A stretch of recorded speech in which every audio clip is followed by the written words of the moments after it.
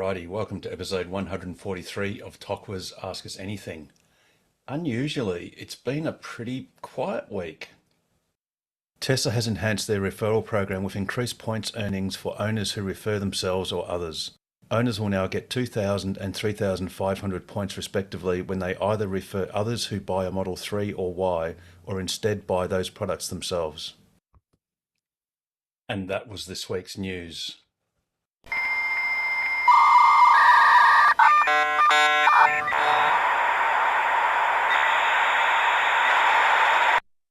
Alrighty, there obviously was other little bits of news, but it just didn't make the cut. Welcome everyone to another episode of Ask Us Anything. As customary, if there's anyone who is new that would like to unmute and say hello, please do so. G'day, WA. G'day, Darren. Welcome. I got you. a feeling that you're not from WA. I am. Oh, Well, not originally, but I speak to so many people all over the place that, I say that a lot. Fantastic. It's an honor to be here amongst fellow Tesla owners, and I appreciate the opportunity to say g'day. I have a whole list of questions. Oh, very good. Very, very good. We like those. I picked up the car on Friday. Oh, And congratulations. Model thank Y, you. no doubt. The Model Y, yes. Yep. Loving it. It's a great car. I traded my Lexus LX 570. So the big beast with its 16 to the 100 made way to my free charge at Bunnings. Very good. Which year 570 did you have, Darren? It was a 2011. Ah, that's exactly what I had. I loved it. The best car I've ever owned, and I hung on to it for too long, and now the ATO wants to sting me for $13,000. But, anyway, different question. Well, actually, that could be a question coming up because, as you know, EVs under the luxury car tax threshold have zero rated for fringe benefits tax, and Yes. businesses that buy them are also able to fully depreciate them on day one. So accountants are very happy. Unfortunately, actually, funny you should mention that. My accountant is doing her EV homework right now, and she's catching up to speed eventually. And unfortunately, I just get a car allowance from the company. I don't own a business, but I appreciate you listening to me all. Is this the appropriate time to ask questions? It will be as soon as we just invite anyone else to probably give us a pregnant pause because they won't say hello. But let's just try one more. If anyone else out there that is new and is comfortable in saying hello, please do so in the next few seconds. Nope. Okay. That's okay. Yeah, actually, Darren, I mean, look, this is a Ask Us Anything and you're champing at the bit. So let's get these under our belt. Yeah, let's go for it. I'll try and make it as quick and simple as I can, please. Oh, take your time. No, we got plenty of time. We actually got 3 hours. So don't Oh, worry. goodness. Okay. It's top of the list. I'm just going to go top to bottom. I'm sorry, this is all over the place, but this is how my brain worked at that moment. Do I need seat protection for my white seats? I've not got any. Pete, has anyone else got any protection on their white seats apart from their jeans? Hello, everybody. I've got white seats. I've had the car for 2 months. I'm a fly-in, fly-out worker on a iron ore mine. No marks on the seat at all. And I do have some leather wipes to touch it up if need be, but to date, never used them. So white seats are good, and especially when it's hot. Very good, Gerard. Thank you. So just the baby wipes and that's it. Don't worry about the No, seat protection? apparently they're a bit harsh. I mean, I've got some specifically for leather seats. Yeah. I find they work better, and they add the moisture back to the seat so it doesn't dry out and crack. Okay. Also, Darren, you are a lot older to be, than you need to be walking around with baby wipes. Maybe if you wait another 20 years, you might be okay to have the baby wipes. I got four kids. What can I say? My wife swears by them. She's got hundreds. I've also heard that spray and white works well, or even Windex. So Oh, really? Okay. Yeah. Thank No. you. Okay. Why does my aircon not turn off when I leave the car? very good. This was an issue that Tesla discovered a couple of years ago. What it actually does is it's purging any moisture in the evaporator, any moisture in the system, so that you don't get bad smells later on. So yeah, it runs for quite a while. I think about 15 minutes up to sometimes, or 10 at least. And all it's doing, you'll hear the blower functioning, and it's just pulling in fresh air from outside and effectively drying out the evaporator Interior. inside. That's Yep. awesome. Oh, no one, Tesla couldn't tell me this. It's just bizarre. That's just amazing. Thank you. The front speaker. This is a petty one. Well, it is and it isn't.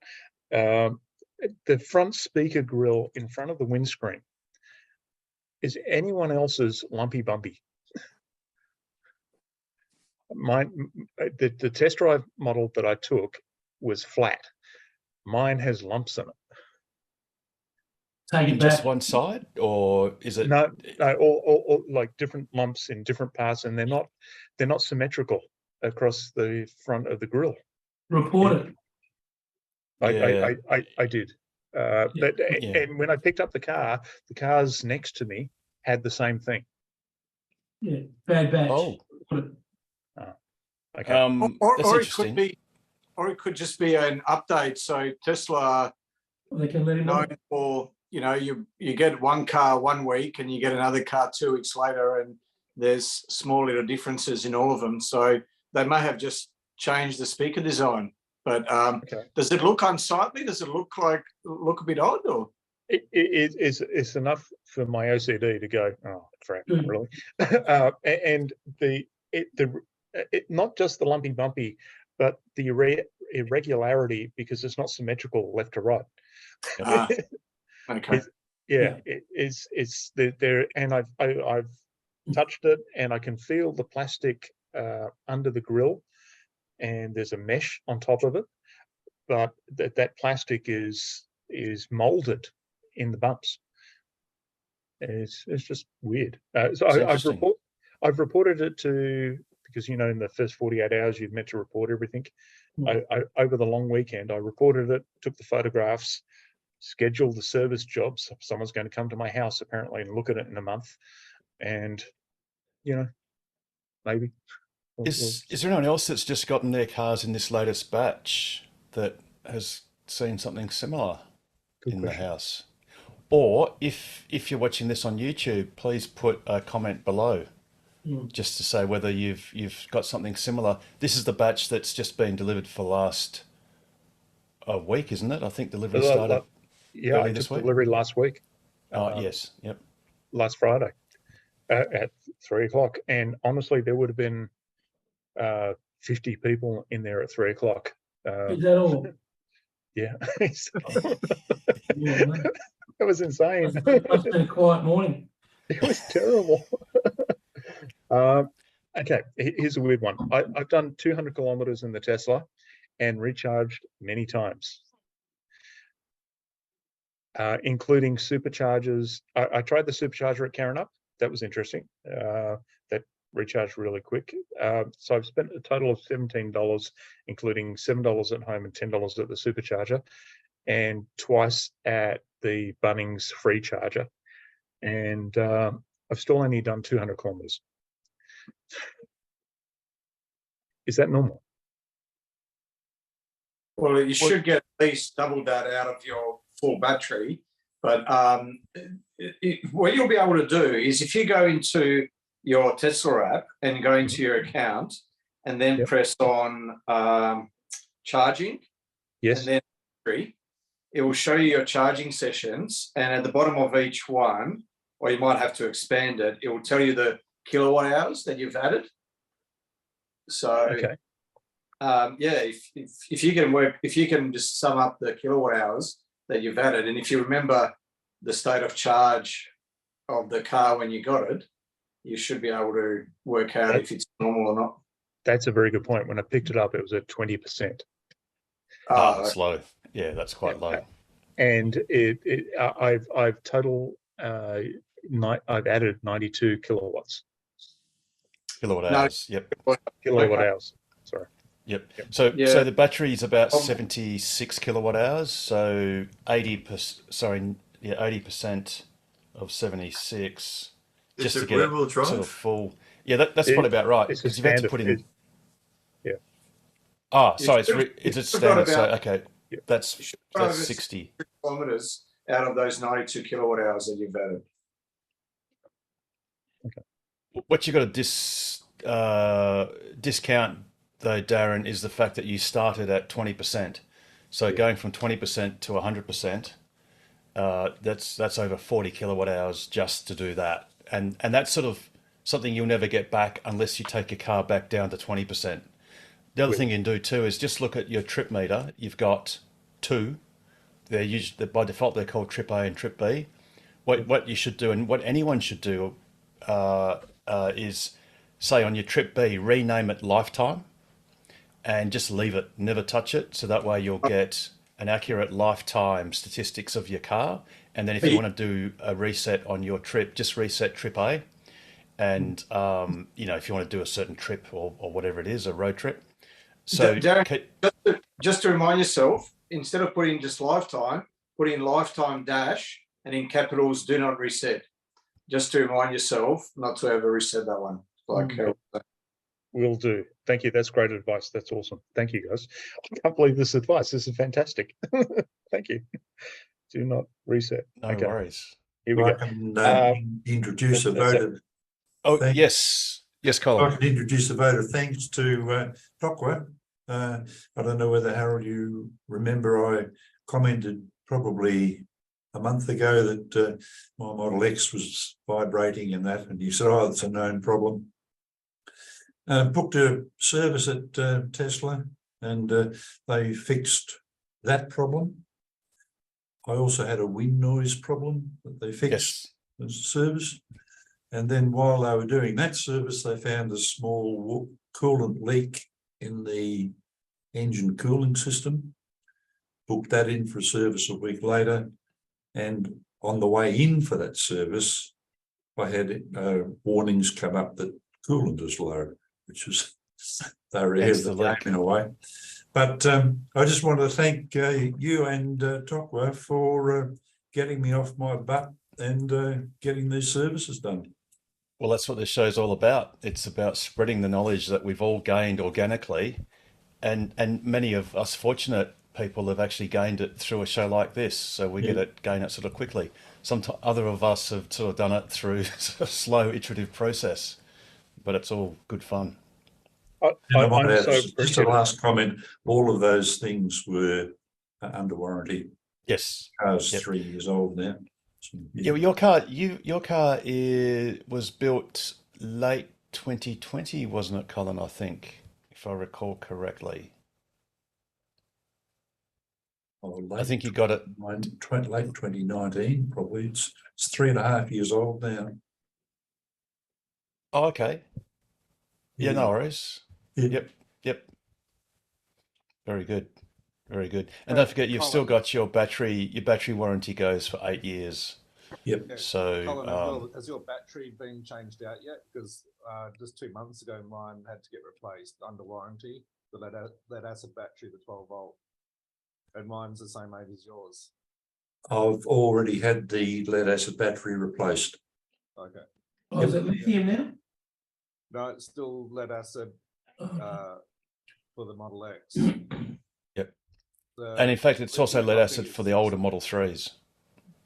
Yeah, the new ones are 16 volt lithium. I think I've got that, but my Model X can't take that. Yeah, that's right. And it's not really set up for it. It's a slightly different architecture. The lithium ion batteries, the so-called 12 volt ones, they no longer have lead terminal posts. It's just an automotive connector that connects straight in, and they're vastly smaller and lighter. They're quite a neat package, and they'll last for the lifetime of the car.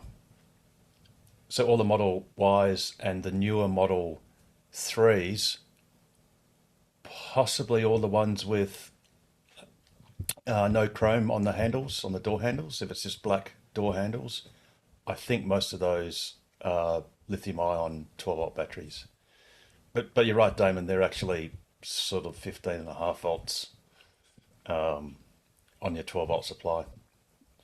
All right, Darren, you got any more for us? I'll give you one little pause. Well, let's ask anyone else if they've got anything pressing that they want to ask out of curiosity or a comment at this stage. So anyone else want to sort of say hello? I think Ken from the taxation department, who could probably help Darren with a few issues later, could have a question about his indicator. I'm good, Tim. Leave me alone. Okay, all right, go, Darren. You got some more questions? Let's do them. Sorry, with all due respect to Tim. Oh, Ken. It's Ken. Oh, Ken. Sorry, my bad. Supercharging in WA. Yeah, Karen Up was fun, but any others coming soon? Yes. So there are currently 4. So Karen Up, Williams, and Eaton, and I'm having brain failure. Margaret River, thank you. And we know Albany is coming, and we know Jurien is coming sometime in the distant future. What else do we know, Harry? Lancelin. Sorry, yes, Lancelin. Excellent. I'm in Quinns Rocks, so Lancelin is perfect. And we also know that Southern Cross is one of the supercharger voting winners as well. Competition winner, yeah, that's right. Competition winner. Awesome, thanks. And sorry, I need to congratulate Harold, you and the team for getting Geraldton up and running with the charger. Well done. That was fantastic. Oh, you mean the Tokwa charger, or you mean the Tokwa charger? Yeah, Tokwa. Oh, yeah, it's actually being moved. It stopped. It's a tritium, and anyway.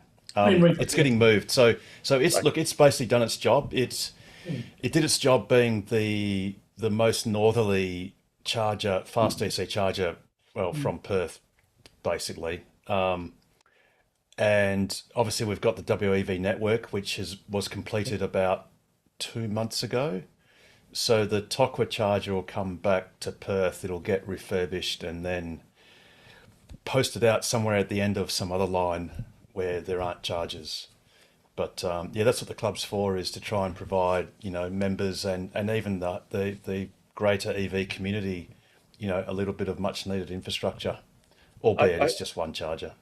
I've got to say that gesture of community spirit and was a tipping point for me to say, hey, I've got to join these people. They're really good. They care about the community. Well done. The paint protection. Anyone? There's a difficult question to answer. I'm gonna before the cats. PPF. Yep. So before everyone jumps in and recommends it, I'm just going to say that is Richard Chapman in the house? No, Richard Chapman. He's not. He's in Paris. Right. Very good. So I had a Model X, which is now his, for 220,000 kilometers and 5.5 years. Didn't put I didn't even put polish on it, and I barely washed it. And yes, I got stone chips like lots, but the stone chips are the same today as they were the day they were created, because you get no corrosion or anything like that. So in my humble opinion, I didn't invest in PPF, but all right, everyone else in the room, go for it. Yeah, I've got a Model Y Performance, and I've put no PPF on my car, and I've had no issues. Although I'm about $5,000 better off in my pocket. So yeah, than putting paint protection on. So Darren, in short, you'll get 2 schools of thought here. There's the proponents of PPF, and there's those that don't think it's worthwhile. So, and it's probably ends up being about 50-50. So those who have PPF love their PPF. Those who don't have it love the money that they didn't have to spend on it. So it's you're not going to get. It really comes down. Yeah, the thing is with the Teslas, especially at the front, which is where you're most likely to get any stone chips, you either have plastic, so the bumper bars are plastic, or you've got aluminium on the bonnet. So you're never, like Harold said, that chip is never going to change. So it's never going to rust or anything like that. Wow. Once it stops raining, I'm putting this on my car if the camera will work, which is the Auto Glim do your own ceramic. What colour's the car? Blue. Blue. Same as that one, which in that picture behind me is 6 years old, and Well, looks And like that's- It's for sale, I believe, Ken. it's for sale. You can buy it today. If it's the white one, if it's white, the stone chips barely even show. No, blue. Yeah. Blue. They do show up a bit, but Mine's black. Oh, I did do it yourself ceramic coating and yeah, mine's red. You know, midlife crisis red, and you don't see anything. So Darren, Yeah, yours Darren. is black, you said. Yes, Which it is. it'll look it'll be one of these, not the one that's circled, because the one that's circled is a Model 3, but it'll be one of those right there. Wow. Can I get that photo? I'll show my kids. They'd love It's it. on Twitter. It's on Twitter. So if you just look at Tesla_WA or at Tesla_WA, Okay. that it was actually a follow-up tweet because I had to make a correction. There were 297 Model Ys and one Model 3, which is that one right there. The way you can tell, by the way, is if you look at all of these glass roofs, they're all continuous. It's one piece. And this one here is split in half intentionally. So that's a Model 3. But anyway. That's a lot of black Model Ys. Well, no, actually, they're not all black. It's a little bit. I can't really zoom in very well. That's all right. Actually, I'll get back to you. There are, like, for instance, like over here, they're blue. It's a bit hard to see, but that's blue. Well, there are quite a few black ones. There's a lot of blue actually. There's blues here. These are all blues. Grey ones among those as well, because it's a pretty dark grey. So Midnight silver. Yeah, exactly. And a few reds. Speaking about heat and that. Darren. Yes, Oh, sir. So, Go. talk about PPF on the front. You said you're a little bit OCD. A little. PPF will make it easier to get the bugs off. Oh, When okay. you're cleaning the front, you got all those bugs and stuff. It's much easier with the PPF. Or as I found on the way to Broome, you get tar and stuff. Yep. It was easier to get off. I don't know how well it would have gone without the PPF. Thank you. I appreciate it, Steve. I'm a rep on the road, and this is my office. So I'm going to get bugs and stone chips, and I don't have PPF on mine. I've got vinyl wrap, which is semi protects the from stone chips. So it's obvious that I have got stone chips in my vinyl wrap, but it's protected the paint underneath. Okay. I've even had like my windscreen gets cracked by the rocks and stuff, so it's protected the paint underneath, but the vinyl wrap is doing its thing. It's actual damage to the vinyl wrap from where the rocks are have hit it, but it's protected the paint underneath, and that's much cheaper than PPF. I didn't know that. Change. So Thanks. my Model X was white, and it's now a beautiful red. red. Yeah, I saw that. So you mean I could have saved $1,500 on the paint if I had gone vinyl? Well, I would have spent that on the vinyl, but yeah, wow. Is that actually red though? Absolutely. Yeah, I'm just trying to find the image now. It's actually, taking me Burnt what was it? it's burnt orange. It's actually burnt orange. like a red rag to a bull. I've only got a couple more. The window tint. Did anyone get window tint? I got window tinting on my first Model 3 when I got it, and I even put some on the glass roof, which you got to be careful with because, you don't want it to be too dark. You don't want that glass to get too hot because it could actually crack. So you got to know what you're doing with that. But my first Model 3 was a black with black seats, and the second one was white with white seats. And putting the two cars in the sun, the black with black seats with window tinting, with tinting on the glass, as well as a shade, like a roof shade underneath, the car still was several degrees hotter than the white car with white seats with nothing. So the color of the seats, well, mainly the exterior color, does make quite a difference. Good to know. Thanks, So, Pete. so Pete, you mentioned the Model 3. Of course, Darren's got the Model Y. So there are quite a few of us have had put tint. The difference with, I think, with the Model 3 is the Model 3 hasn't got any tint, or at least it didn't used to have tint at all. Now the Model Y obviously has the privacy glass behind the driver and in the back window, but you can sort of get fairly close matching tint for the driver's side and front passenger side. And that's something that a lot of people have done, me included. And you can go to any window tinter that'll do that. Really, that's nothing special.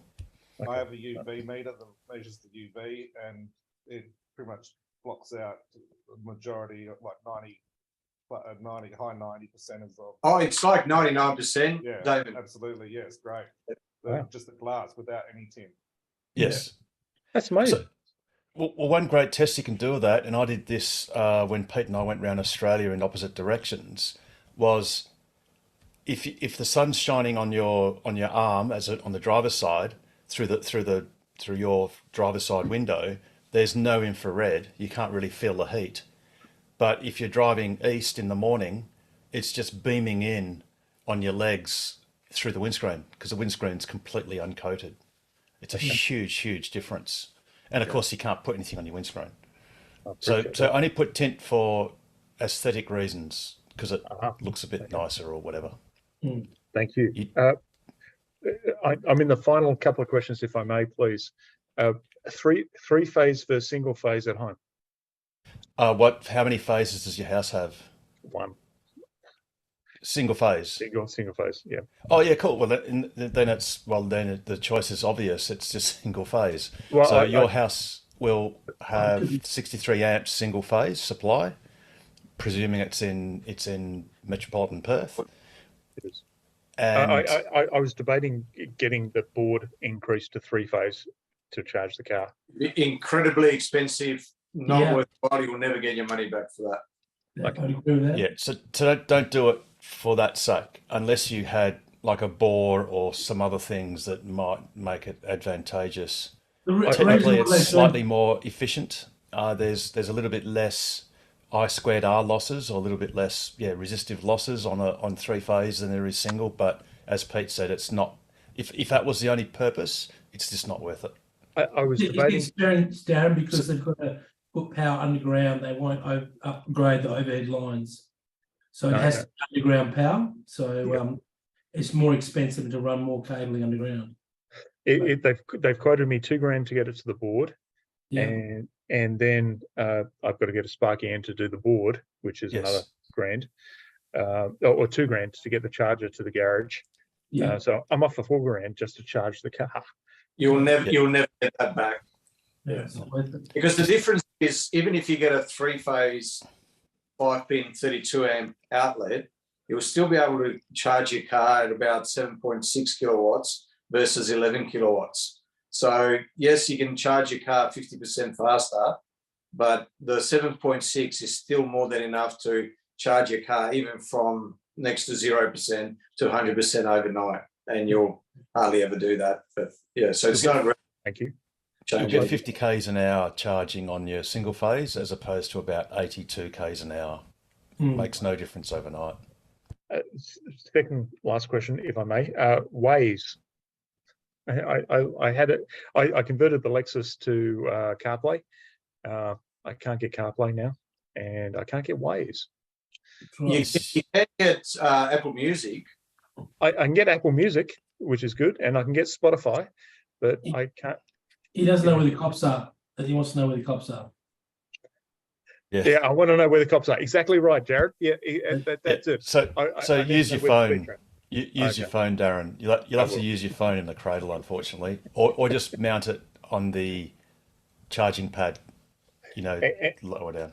And the last one is I spent $800 the other day on a company called XCar. I don't know if I should have. They're over east in Melbourne, and they've got discounted Tesla bits.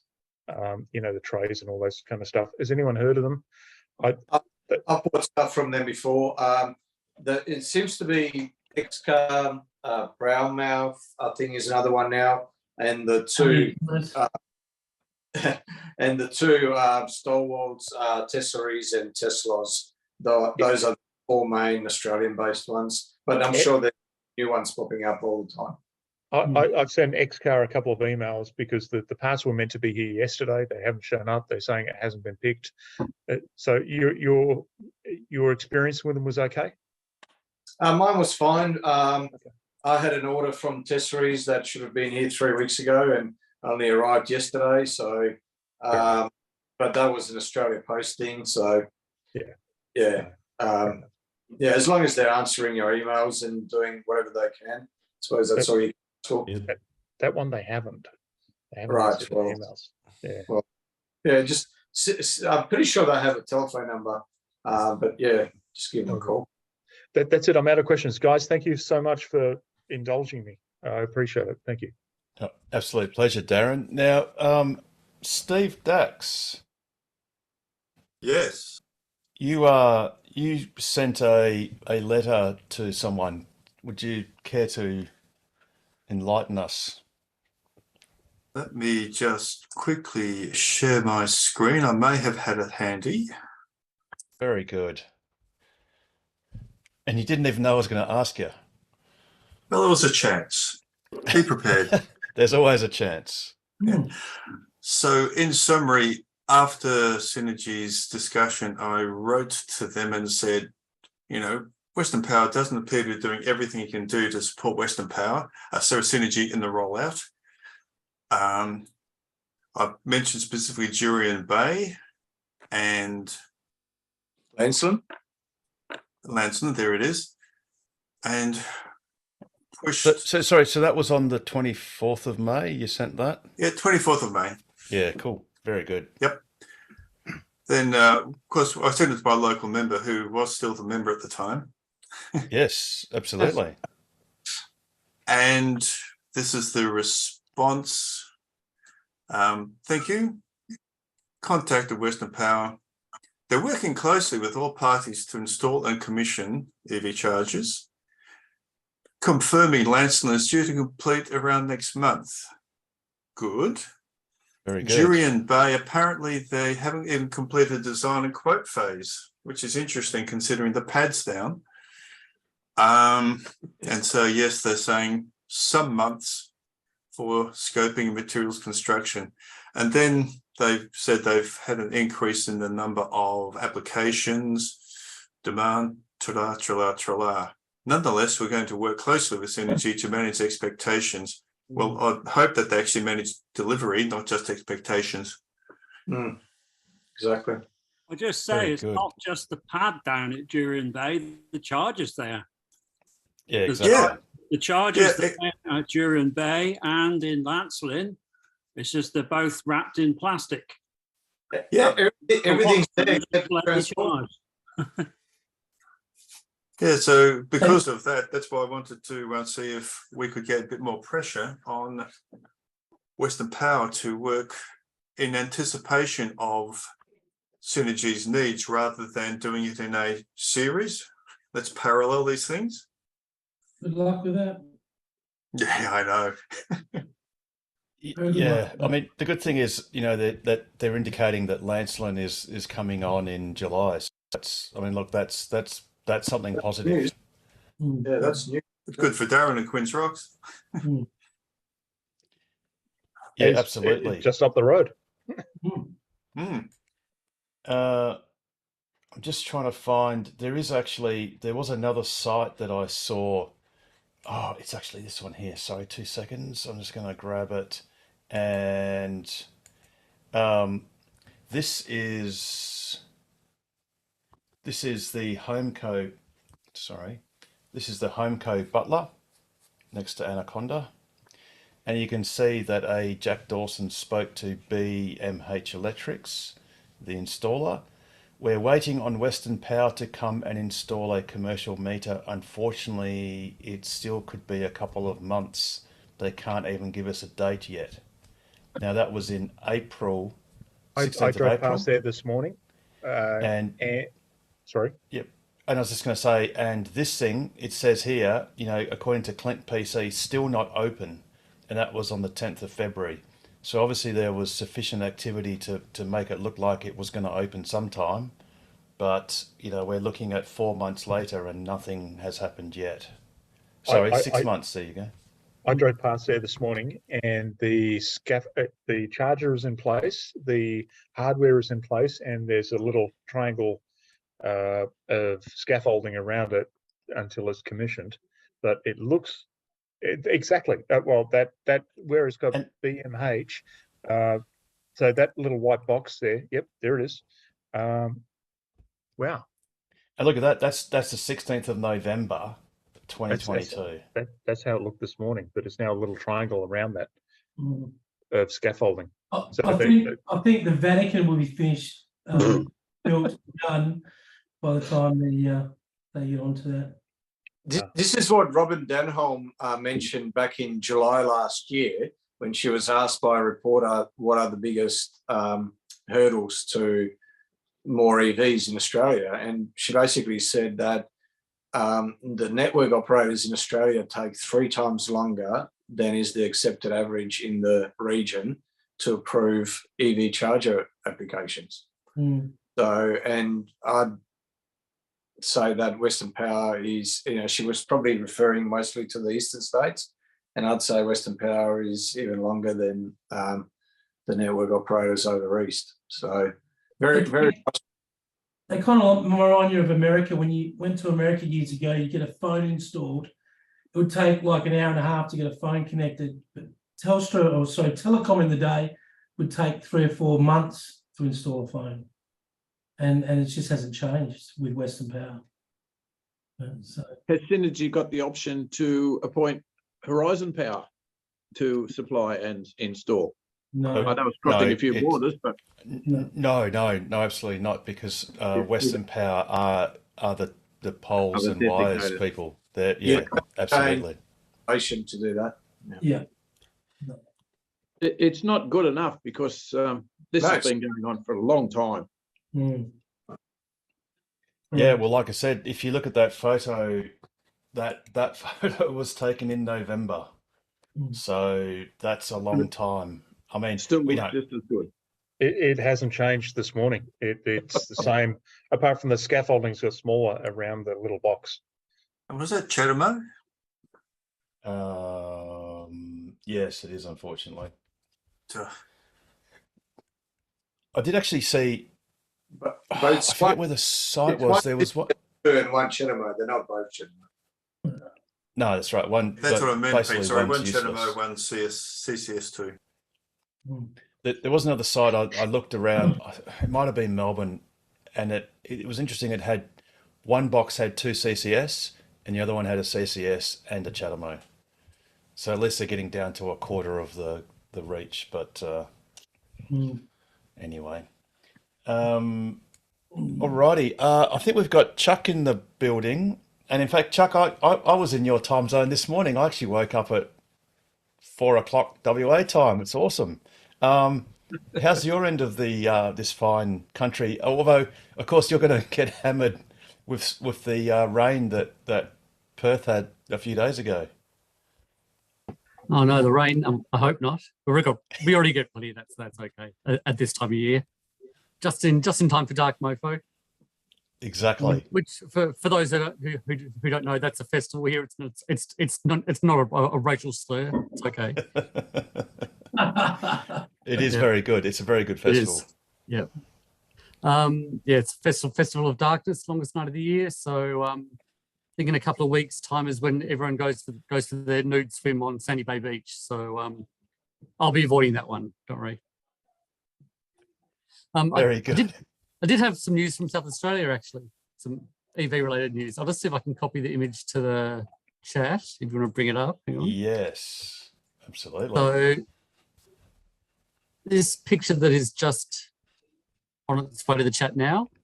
I'll give it a second so Harold can bring it up. Yep, no worries. There it is. Yeah, just clicking, just waiting, loading. Okay, we're going to open it up. We got some circles. Okay, let me just bring it up. Okay. All This right, is- talk to me. Talk so to this me, is- Chuck. this is just a bit of background for people who aren't aware. Basically, South Australia is funding a network similar to yours, except there are a few spots which on the plans only have AC charges, not DC charges. And unfortunately, those are the more remote spots. They're the ones circled there. And the those distances are the gaps in between DC sites. So you can see Glendambo will only be AC, and as a result, Pimba to Cooper Pedy will have a 368 kilometre gap, for example. Oh, right, yes. Now that was a map that was shared quite some time ago, probably about a year ago. Just checking when I posted it. Yep. February 22, so well over a year ago. There was some discussion on Twitter yesterday, and I'll drop a link in the chat there as well if you want to bring that up. Yes, absolutely. It's in there now. And this was a response from RAA in response to a bit of discussion about, you know, why are you installing AC chargers in these places? And from what I can work out, they're changing their mind. They will actually have DC across the Nullarbor, their half of the Nullarbor. very good. So that's going to link up to your network pretty well, hopefully. Fantastic. So, yeah. I think really we need to get Pete and Harold to drive. Pete starts in Darwin and comes down, and Harold goes and Adelaide goes up. And we kind of see where they end up not getting to, and see if they survive. Yeah. Jared, we've actually there's a few laps in play. Don't you worry about that. Look, the great thing is, Chuck, you know, you can actually. I mean, this is Border Village. Yeah. So, in a sense, we can discount Border Village, and if I just put one in Yalalta, because we've got one in Eucla, which is literally just across. You know, it's 10 k's away, so 20. Yeah, I think I gave that 492 kilometre number, just assuming there would be one at Euclid, which I think was the plan at the time. Yeah. So really, so if they just change their mind at Yalalta, which is an interesting place, I mean, why you wouldn't go Nullarbor Roadhouse? But Yalalta, look, that's fine. It's a good gap between Ceduna and Euclid, basically. So what you're saying, Chuck, is that they are conceding that they may, after all, go DC. Well, that's what it seems to be saying. I think, what was their wording? They said something about. Sorry, let me just bring this back up. The wording was there are a number of DC charging sites planned for the West Coast. I'm guessing that means the western part of the state. West Coast to alleviate, and the West Coast will have to be West Coast of South Australia. South Australia. Yeah, which kind of doesn't make sense, but you know what? I No, think we know what they mean. Yeah. Well, I guess because basically this is the West, and it's coastal. Yeah, whatever. Yeah. Unless they mean down towards Port Lincoln. Yes. Oh well, actually, the other thing too is I should bring up the map. Now, this is something that we need to do a concerted effort. Actually, and you too, Chuck, can help out on this. Is you'll see this is Tesla's supercharger map, and you've got the little stars. So that's obviously Southern Cross, and that's slated to open in 2025. Although that could be a bit flexible. I think that's a bit sandbagged, to be honest. And then we've got Port Augusta, which is really good. So what we need to do is, and you can actually, let me just open this on a new window. When you go into the voting, and this is something that we need to have a concerted effort that we all need to do, you need to go and suggest a new location. So if you just firstly go to Tesla's map. So you go menu, find us, make sure it doesn't really matter if it's in Australia, but just go find us, click off everything except for superchargers. Then you'll see these little winners. Click on one, which worked really well. And then go vote on proposed locations. Then go suggest new location. and you actually then go and suggest a location. So put in the address, and I'll send out an email, and we'll get it on Facebook as well, because if we suggest something like Ceduna, so going back to the map, Tesla don't like to go, ordinarily they don't like to go further along a line. They don't mind backfilling because it's always useful for them to do that, but they won't necessarily go sort of out in this direction. So what we need to do is get something like Ceduna as a winner, even though it's a shag on a rock, and the gap between Ceduna and Port Augusta is quite a few hundred kilometres. 474. Very good. Let me just bring up.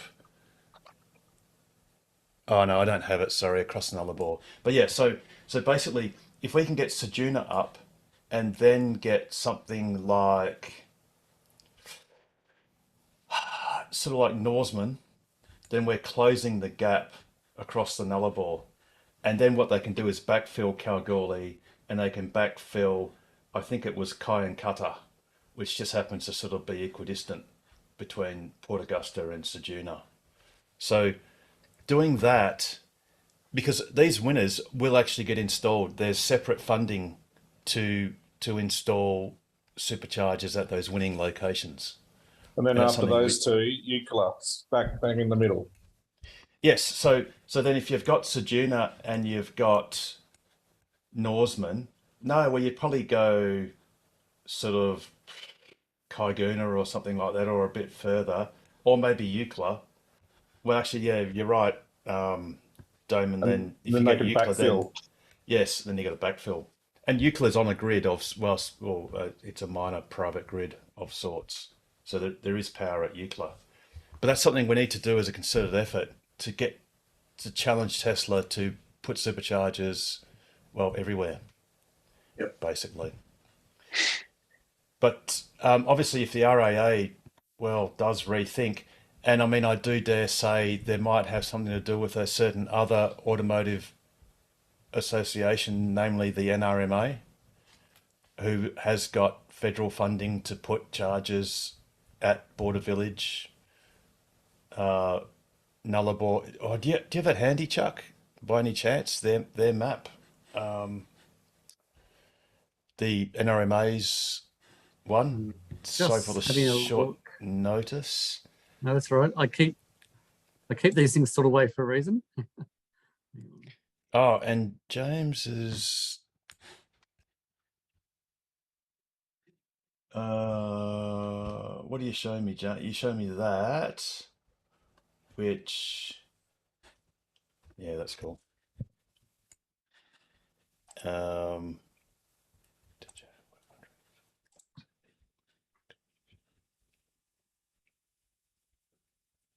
Oh,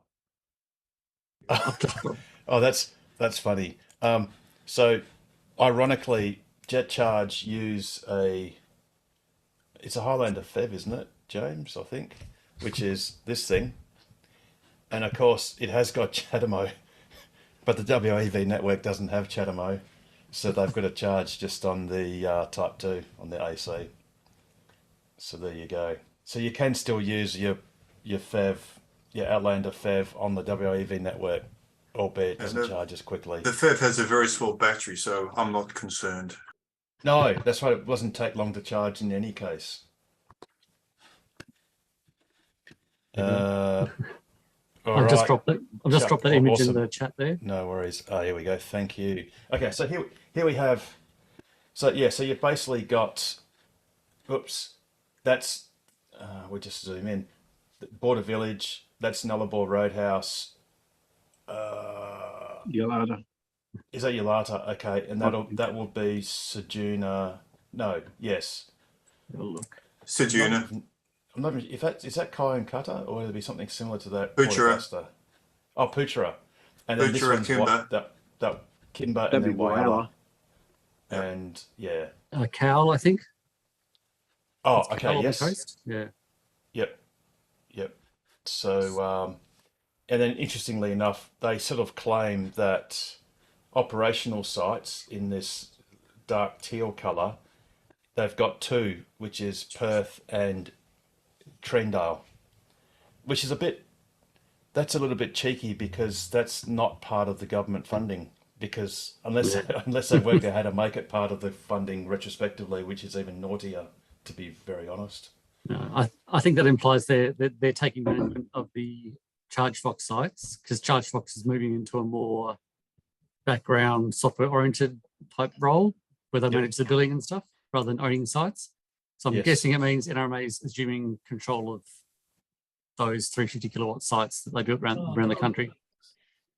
Which is actually really interesting, because if we go to PlugShare, then PlugShare actually has them, as we know, they're all wrapped in RAC colours, which is kind of awkward. But hey, let's have a quick look here. There you go. There they are, very proudly wrapped in RAC Electric Highway. So I think, I dare say, the NRMA is kind of acting like they're all part of the club, except they're not. Especially when it comes to insurance. Yeah, there could be some other arrangement there. Maybe they're selling off different parts of the network. I don't know, but looks like something that Disney did. Is that, with that animation sort of thing? It's a bit loud, that's for sure. Definitely. Well, cool. Well, that's great, Chuck. That at least there's a little bit of movement in the RAA, because they have been roundly criticised. Especially when I think that the AC is actually 7.6 kilowatts, so it's it's 32 amps single phase. Yeah, so it's not even a slow en route charge. It's basically an overnight charge. And yet they call that fast, because they have their they slowest is fast. Fast destination, I think they call it. Yes. There's rapid charging, which is 150 kilowatts, and then there's fast destination, which is 7 kilowatts.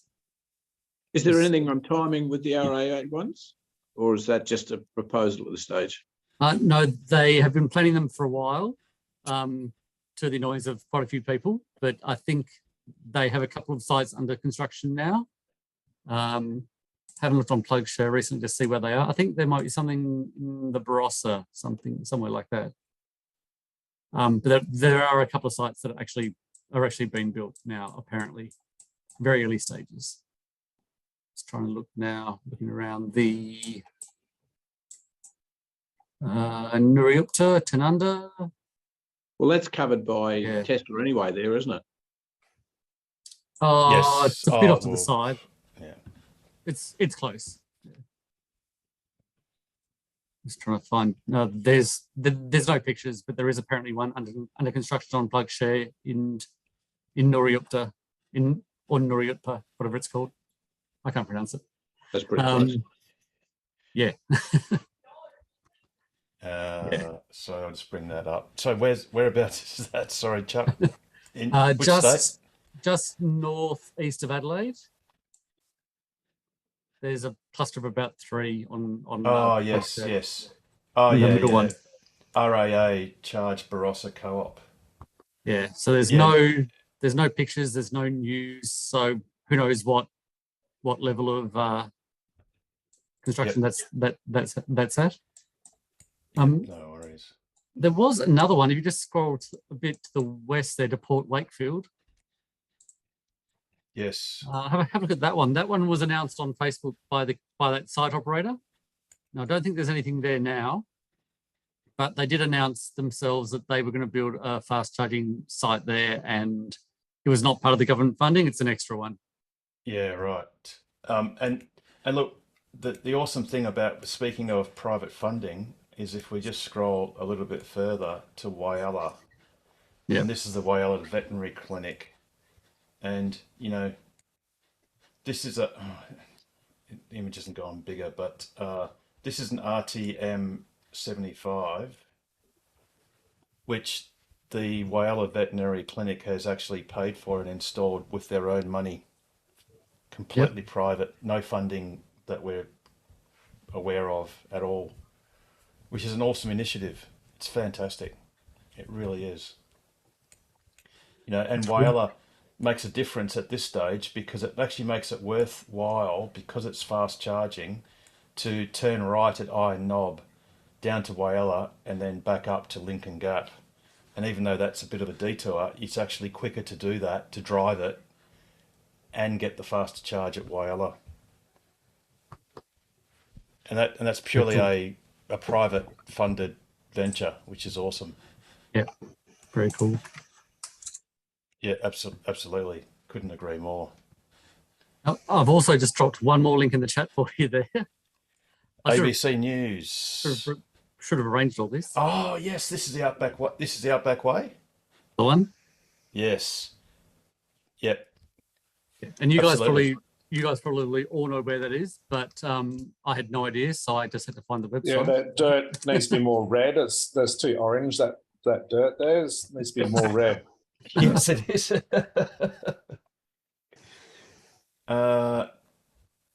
Yeah, so we don't. Have we got? No, There's no map there, but I'm just image dropping the of it. map in there now. Oh, I'm just great. dropping the map in the chat there. Yeah, cool. Of the Outback Way. Oh, it's got a black background. Hang on. Yeah, it does. But look, it's okay. So we go from Laverton basically diagonally across to Winton, effectively via Alice Springs. Shortcut to Townsville, isn't it? Yes, that's right. Yeah, exactly. And you can see that you've got good gravel roads sealed. You've got little sealed bits and sealed roads and highways. So you've got small sealed sections from obviously, Yalara to Alice Springs is sealed. And I don't know, Boulia, from Boulia to Winton. Yep. Yeah.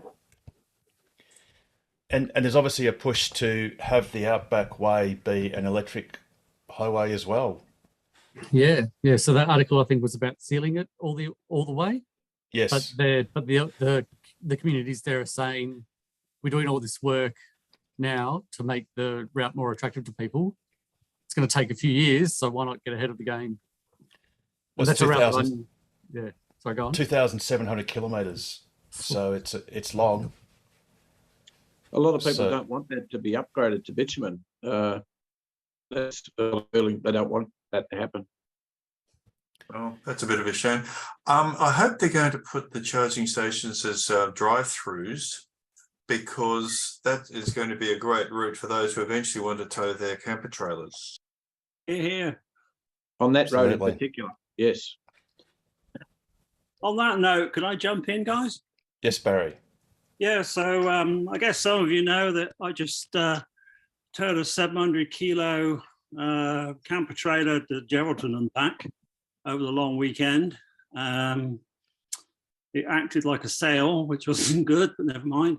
But I just want to make a huge shout out to Harold for going above and beyond when I was in Geraldton, wondering where the charger was, because it's not where PlugShare says it is. I must admit, I was looking forward to having a meal in the Dome Cafe, which is where it says it is. But Harold helped me out and got me to the right place, which was fantastic. And a few other people on the Facebook group helped me out, especially Ant, who came out and said hello in the pouring rain at Gwelup. But overall, fantastic journey. About double the power usage going up, which is beautiful sunshine. Half of which with the handbrake on the trailer, which was, I thought that was a rookie mistake, but I'm told it's not a rookie mistake. So yeah, about double the power going up, 2.5 times coming back, but that was in the big storms with the high wind. You picked some perfect weather for driving southbound on that road. Yeah, I must admit. Because I was actually in Greenough at a 3-day archery competition. So I charged in Geraldton on the Saturday night, drove back to Greenough, where I camped then until Monday afternoon, then started heading back. And I got to Jurien Bay on 6%, and then down to, where was it? Alkimos on 6%. So, Yeah, it's quite a challenge, but really good fun. Learned a lot and proved that Teslas really can ruin your weekend, as they say. And came away with 2 second places, so I was happy with that. So big thank you to all the guys, especially Harold. Very good. Going above now, and beyond. Barry, just coincidentally, if we have a look at PlugShare, so just on DC, obviously you got the soon to be decommissioned Tokwa charger at Connell Road, and then you've got the Foreshore Drive parking charger, which is the WEV network. If you zoom in, and if you go into satellite view, that pin is exactly where it should be. Exactly. So Right. you mentioned Dome, you said Dome, so I just wonder if Cafe on the perhaps... foreshore, which is quite away from there. Oh yeah, there it Which is. I see it. It's up. So up the side of the visitor centre. Yeah, so see how you've got the two Yeah. the two pins. Yeah. So like I said, if we drill in, oh sorry. Yeah. I just closed that. Unfortunately, what I did was I hit that directions button. Ah, And yeah, the okay. So directions button takes you to effectively Dome Cafe. okay. It does too. There Look you at go. that. And that's Look at where it took me, which is Okay, not where so- the charger is. Yes, 31 Foreshore Drive. Okay, So that's the someone address on commented- PlugShare is wrong. Yes. We just need to edit that.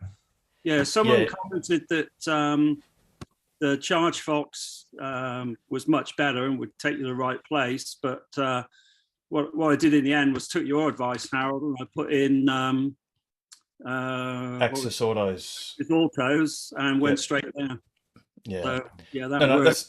that's a good learning because obviously I just learned something. I just figured that I don't know, you might have looked at a different pin or something, but clearly, No, yeah, I the put address right pin. I the just address used is incorrect. directions. Yeah. Yeah. Yeah. So they'll need to change. Sometimes these addresses are a bit weird. They're sort of like lot numbers, or sometimes there's like multiple versions of the same thing. So it might be better if rather than having an address, they have a GPS location, if that's possible, so you can just navigate to that directly. Yeah. But good to know. We'll let Synergy know, and then they'll let ChargeFox know. Because there's this pin you can't edit. I don't think you could. I don't even know what to put the address as, to be honest. So we'll get them to sort that out. Yeah. Could somebody put in a comment? I did. So if people read comments, always browse comments. That will help. Yeah, I did put in a comment on that one, Steve, and that's when someone commented back, I think through PlugShare, that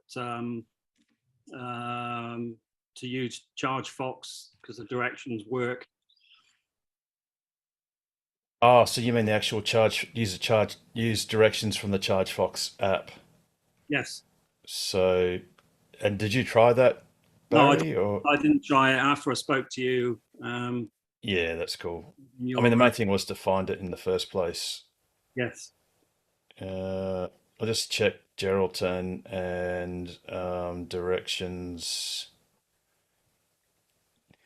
Open in Maps. I will go Google Maps and Could be an address on Gregory Street rather than Foreshore Terrace, but yeah. But I don't know if there's a Look number up the there. address for Axis Autos. oh Yeah. yeah, they actually have it as Well, their address is on Marine Terrace, which is on the other side, but that little road around the back is Gregory Street. But I don't know what the number would be. Yeah.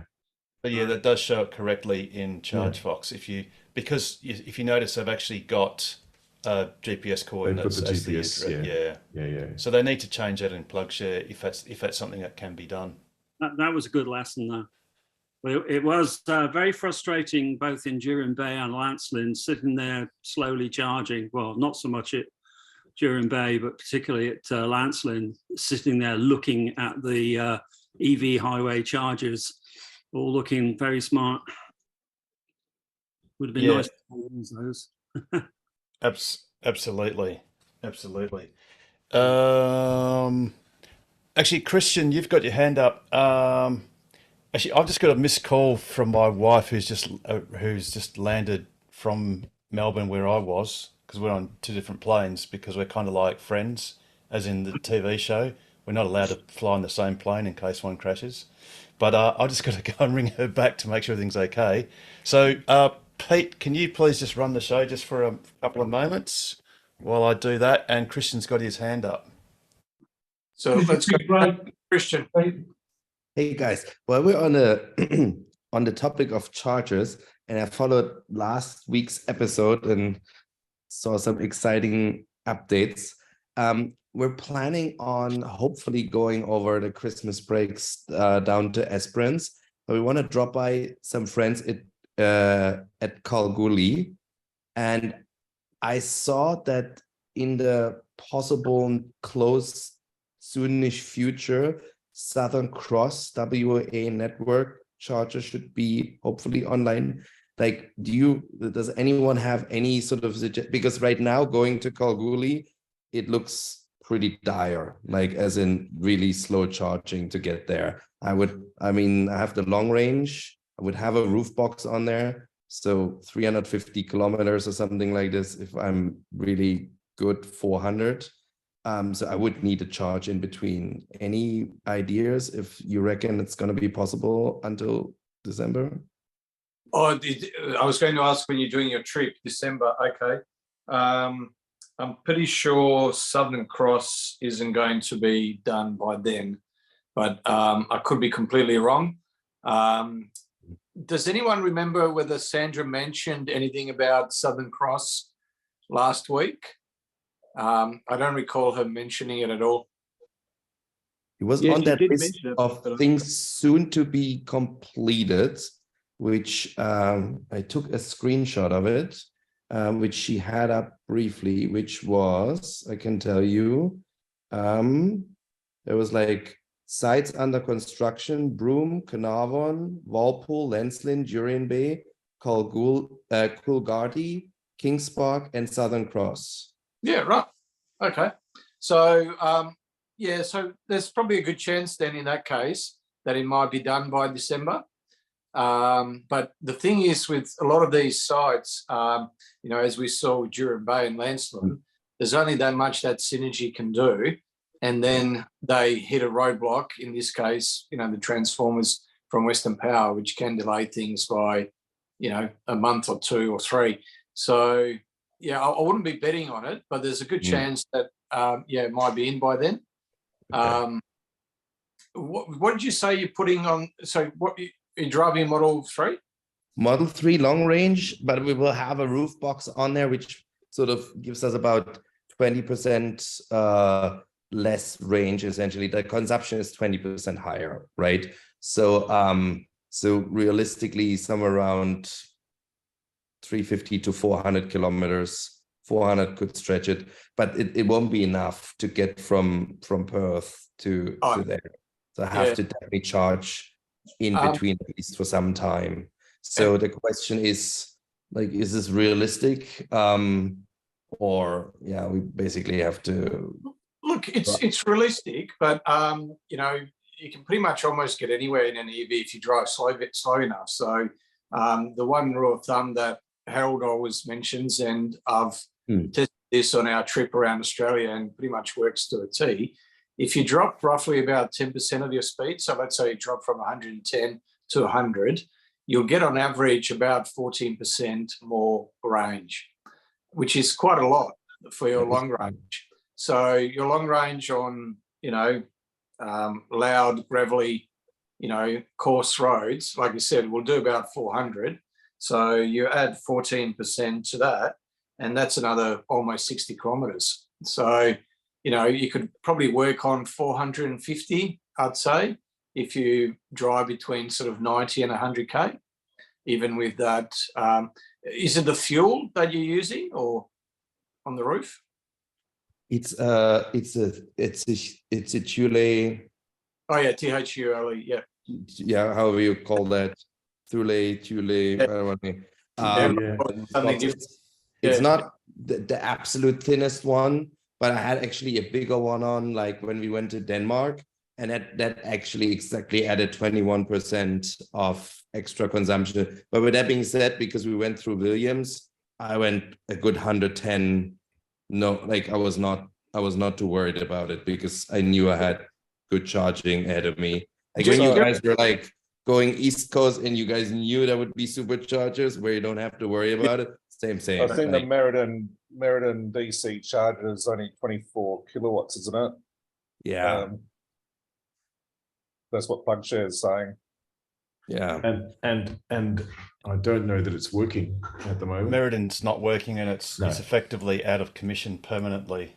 Yeah. So you'd just be relying on AC chargers the whole way then. Yeah.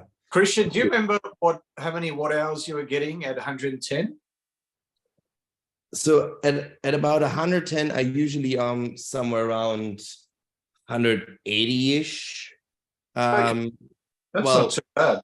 yeah, if I mean it's sort of the whole Pretty much average. smack Maybe- bang on 20%, as you said. So So if I go with the roof box, I'm at about 220. At about 220, 210, 220, depending. oh, okay. Yeah. But you know, as I said, like could easily go with 100 kilometers an hour or 90 if we had to. But the thing is, like, since we have two kids, like we just like you Yeah. don't want to stretch it out too much too. You can do the breaks, right? So it would be good to have charging during those breaks, though that's important.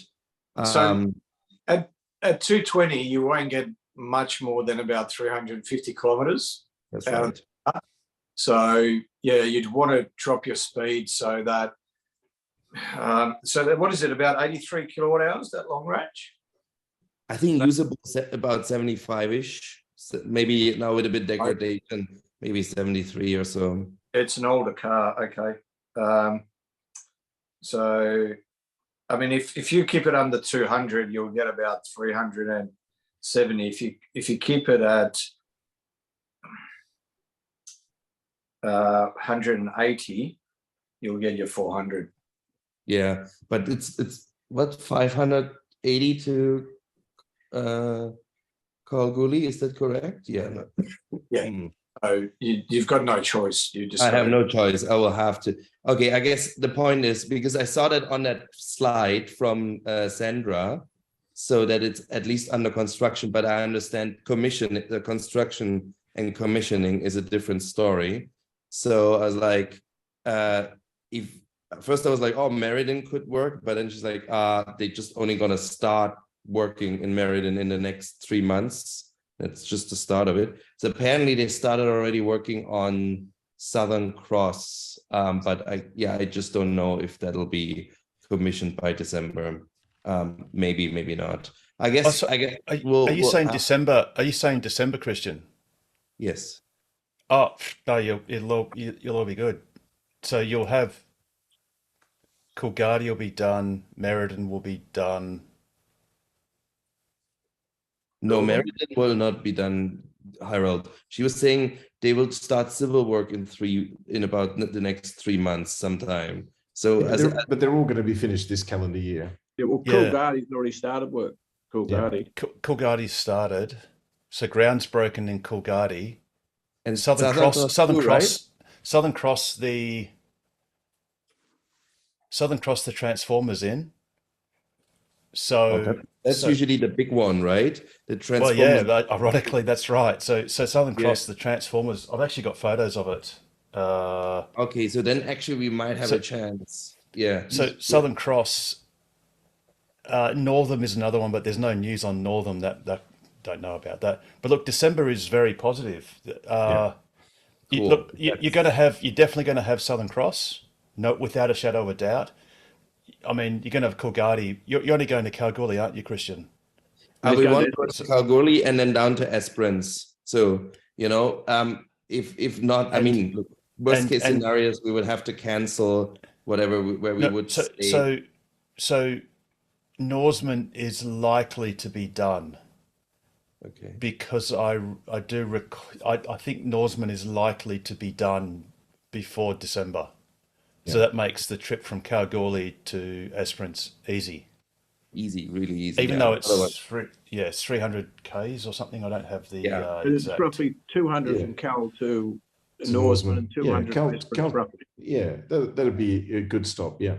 And that would be awesome for us. Like if that were to work, like we would be golden, like no problem at all. All It this, was all just this, like looking at Kalgoorlie is like, if there's not a single DC charger, I think we would just say like, well, then we could just go by Williams and just not deal with that. It's just too much of a pain with the kids. It's just too long.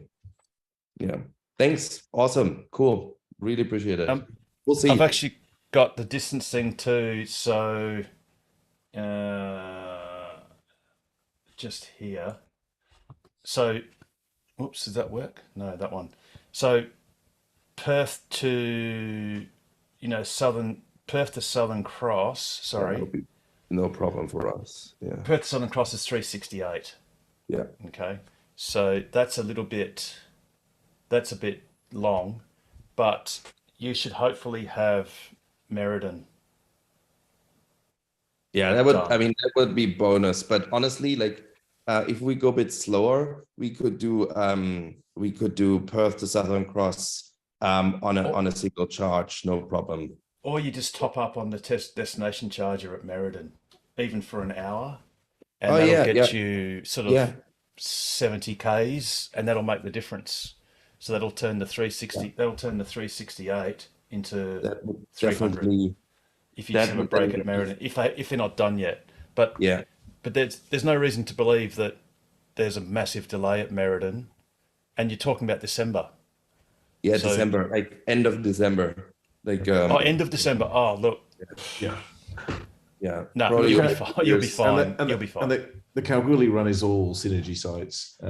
So that's that's the little sticky outy bit of the Swiss that goes through to Kalgoorlie. So yeah, look, Kalgoorlie, we would do destination charging. We wouldn't necessarily need fast charging, but I would need something in between. But if Harold says like one of them should manifest, that would make things doable. Yeah, I'd be very surprised if none of them are done. Yeah. Just as a plan B, Christian, or well, not as a plan B, but just have a plan B, but just check the weather before, because your car would, especially with that fuel on top, will do 350, but if you get caught in a headwind or really bad rain, or you leave the handbrake on the trailer. Couldn't happen for me, but it's a good tip, no? And by the way, Kalgoorlie to Esperance is 390 Ks. So when Norseman goes in, it'll be perfect. It'll split it literally in half. Yeah. Yeah. But that we don't know if that will be done by December, right? I actually do think so. No, I do think so. I thought that was on PlugShare. Of the Horizon sites, I think it's one of the ones that's more likely to be done. Yeah. I mean, that would make things super easy for us, like really, really comfortable. In fact, according to PlugShare, so we don't know who posted this photo up, but that's probably also Transformers. The Transformers that have been done quite a while ago. Photographed back in May. I think this was even earlier in April. And that's at Norseman.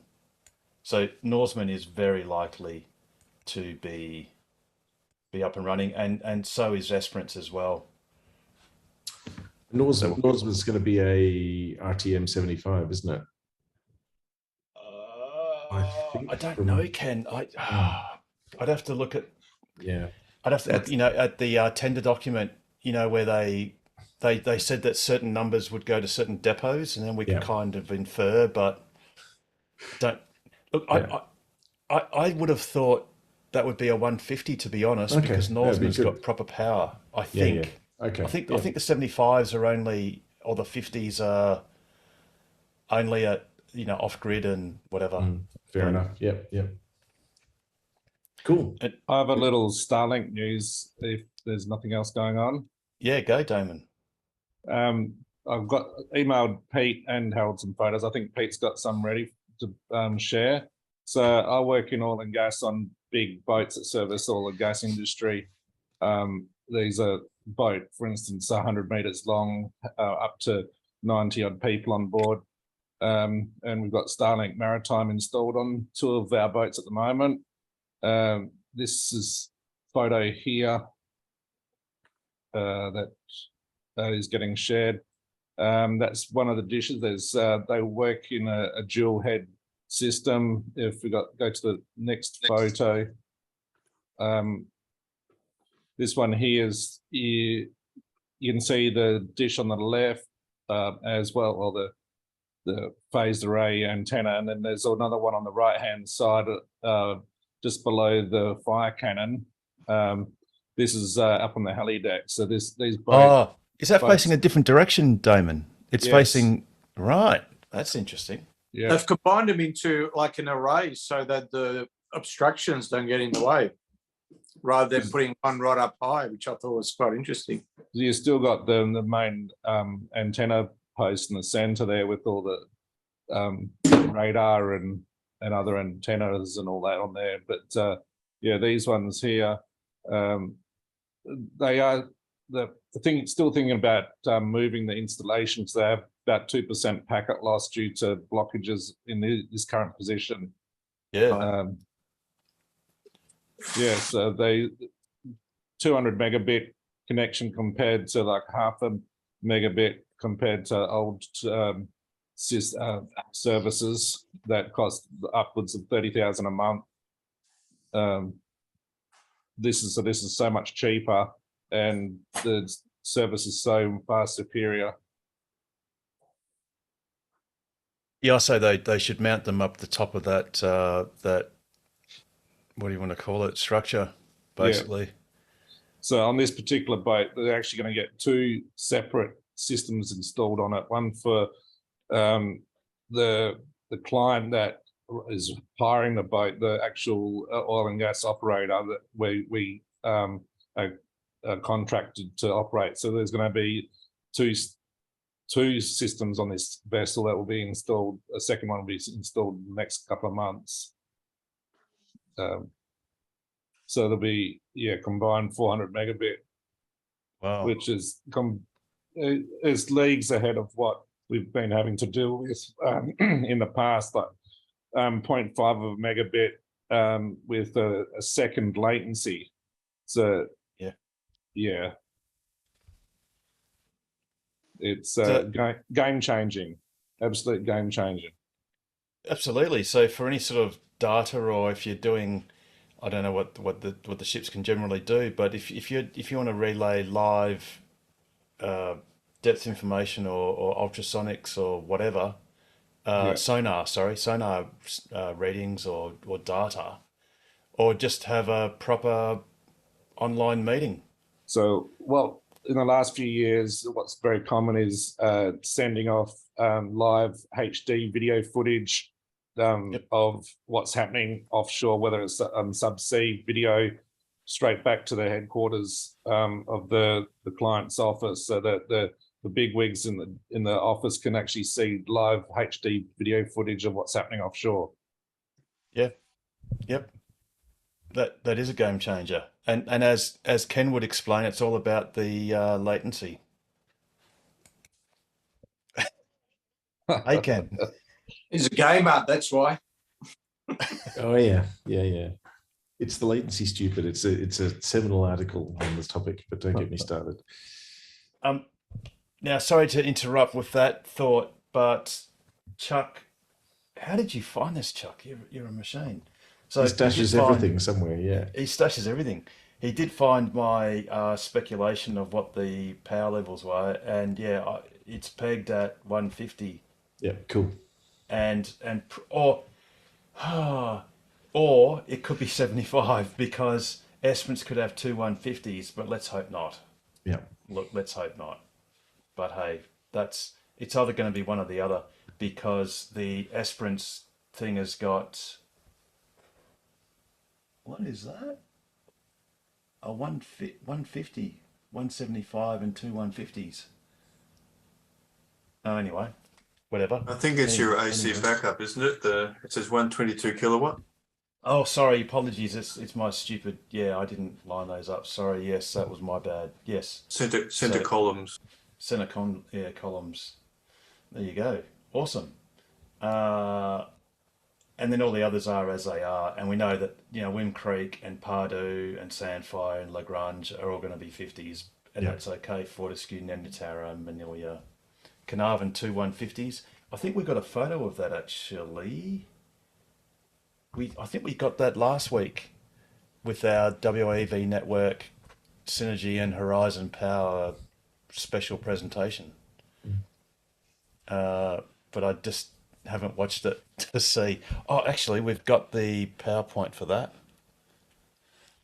Anyway, I'll bring that up shortly. But yeah, but getting back to Damon with Starlink, I mean, yeah, it's a game changer. And is it true that you can now pay to have a little bit of marine use? Like if you're a boatie, you can use the dish casually at slightly more. I'm not sure if you can use a roaming one like that, but this ones that are installed on our vessels, they're the maritime ones suited. Well, they're different hardware. They're a dual head system that goes into one box. It's using both phased array antenna heads at the same time. I suppose switching between the two depending on, because the boats are rocking and rolling. Yeah, it copes much better with the motion. Yeah. It looks like they had a much better enclosure as well. Much higher IP rating, probably. I would say yes.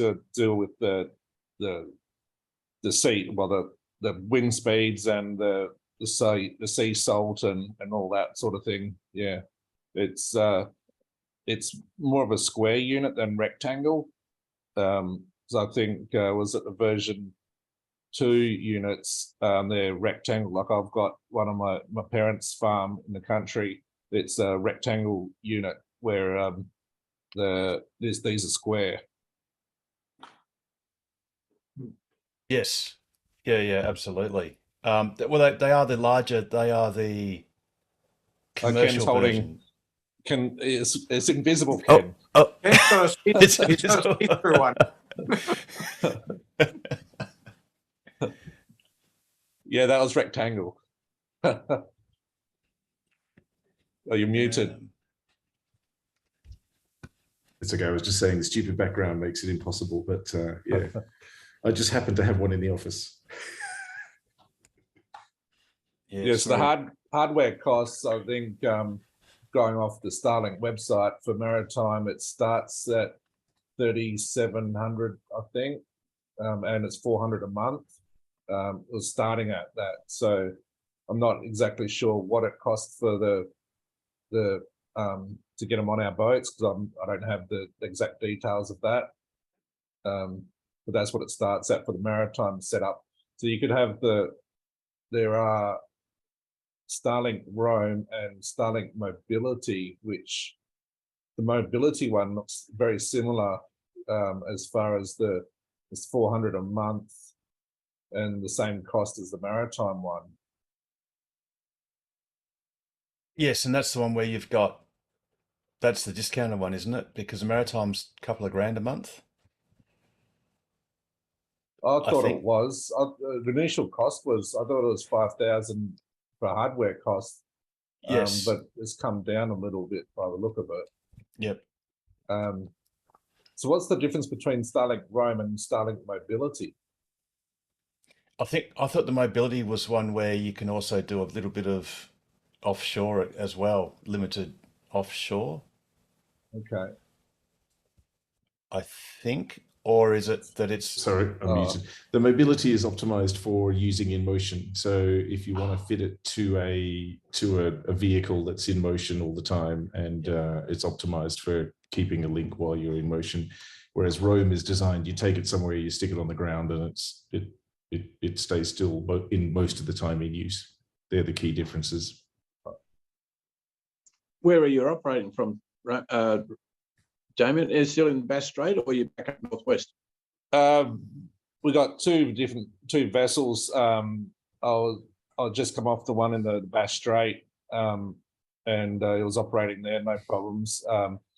Some gnarly weather down there, but the other vessel was up in the northwest shelf, out from Karratha. So and that was had reports from people working on that one.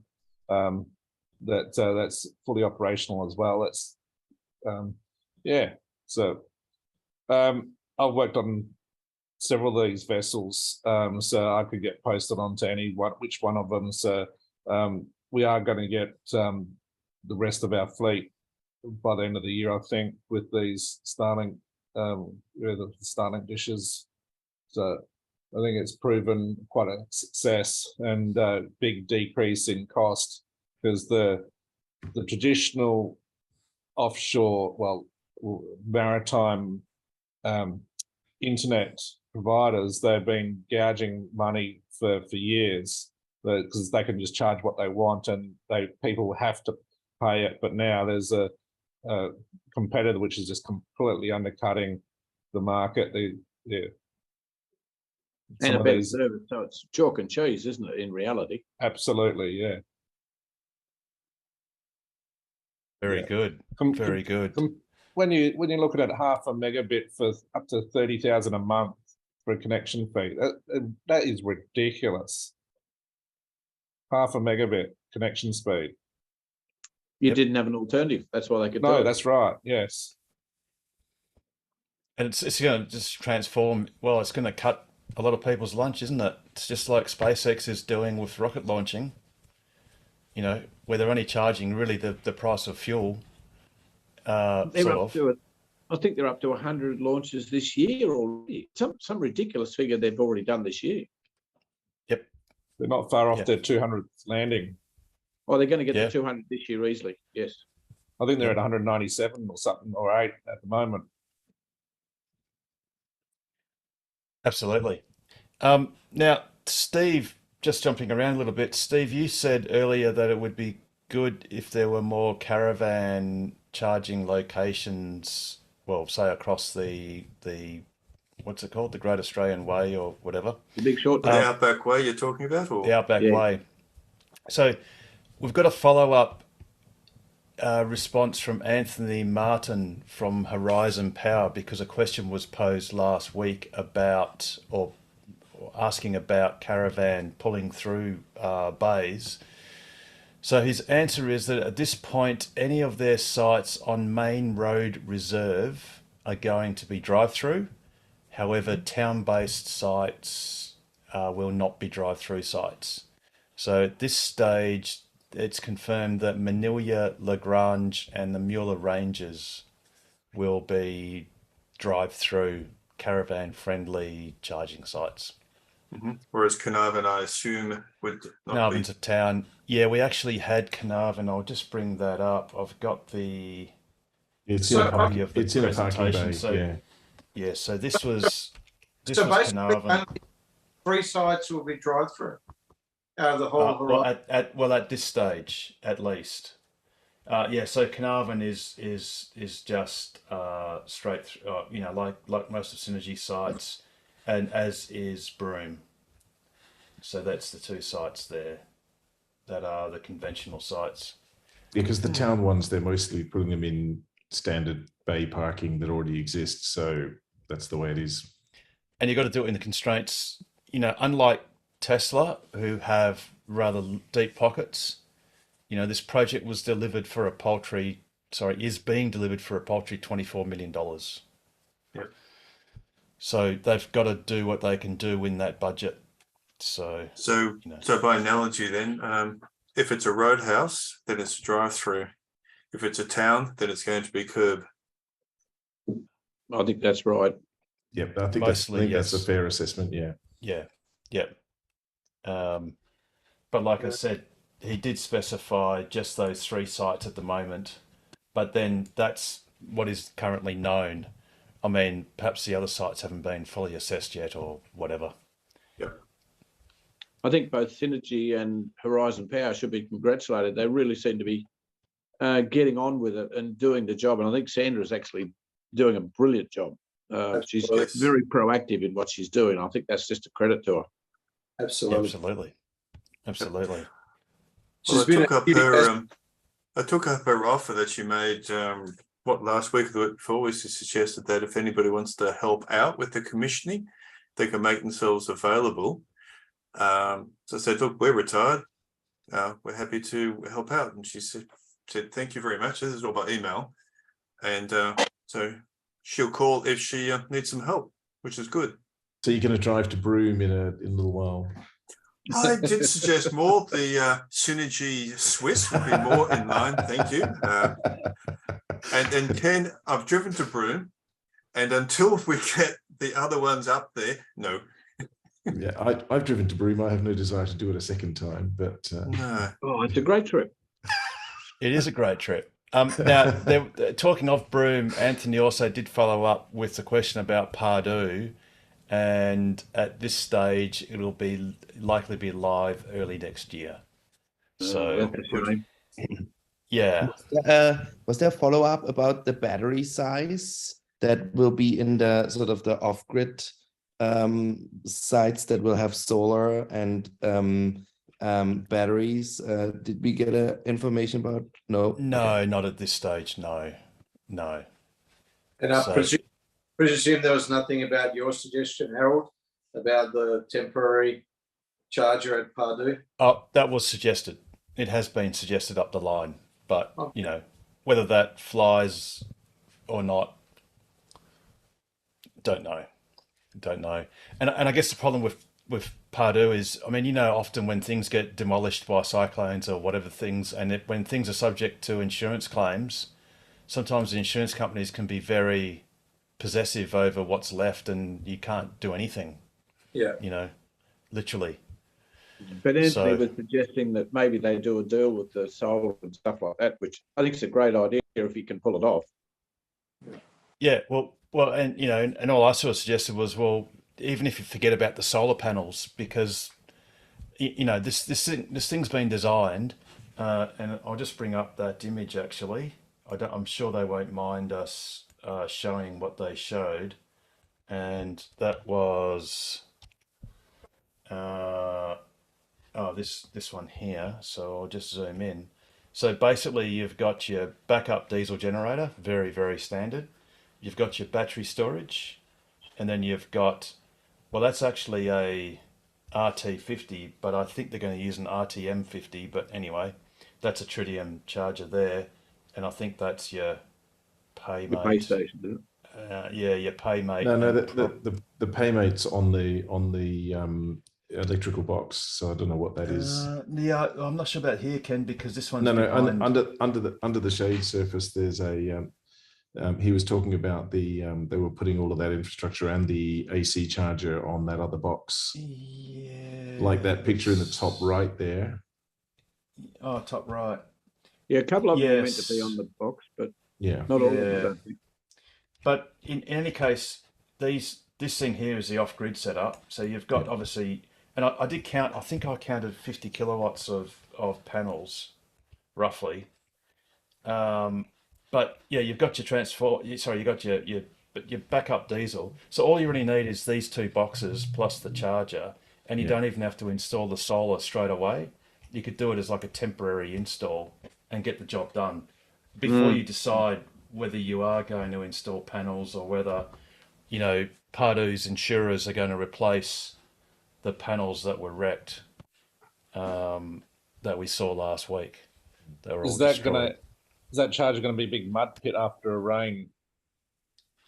Well, have a look at. I guess the answer to that is, what does Williams do in winter? And I don't know, to be honest, but we've had at least a winter at Williams, and if it's good enough for a company that's $700 billion in market cap, you know, hey, That said, Williams can get pretty big, Potholes. potholes in that dirt there. Yeah.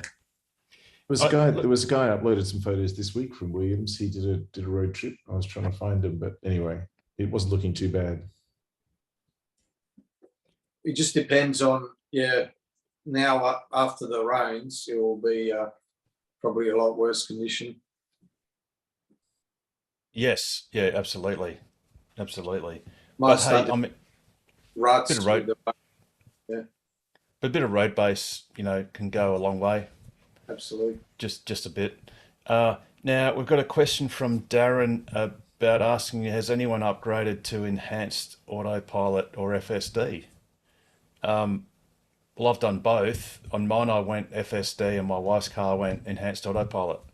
So FSD was $10,100 and enhanced autopilot is $5,100. Does it work here in WA, the FSD? Well, yes, but not what you think. It's not full self-driving. It's just the fact that you get traffic light recognition, stop sign, and will give way signs. In fact, even if there's not actually a sign, it'll still infer it at many T intersections and similar things. Okay. But it's not full self-driving. But what you've done, if you pay the 10,000, Automatic overtaking as well. on enhanced autopilot, yes. Sorry, yes, that's right. Yep. So I mean, look, value for money wise, putting aside whether Tesla eventually does full self-driving or not, and when that happens and when it's legal and all that stuff, the enhanced autopilot's not bad value at 5,100 because you do get semi-automatic lane changing, which is pretty cool. It means you don't have to look for blind spots. So you just put the indicator on, and when the car's ready, it'll just change lanes. Well, you can set it up so the car does the indicator for you. So you set it up so you don't even have to confirm the lane changes. You can just let it do its thing. Is that on dual lane carriageways? Because what about overtaking on country roads? Does it handle that situation? No, I won't do that, Mark. No. Only if you've got to have a dual carriageway as a minimum. Oh, thank you. And there's also some in an auto park, but in many ways, I think they're gimmicks rather than something valuable. Appreciate that. Thank you, Steve. Now, Ken actually put up an image. This is new to me. They've actually put road base at Williams. Yeah. That's yeah. So this is a photo from the Facebook group. One of our members did a road trip to Albany this week, so that's a brand new photo. Oh, that looks great. That's so much better than before. Yeah, It's a lot better than before. Yeah, that's great. No, very Really? good. It doesn't have that raw West Australian look anymore. Without knowing it.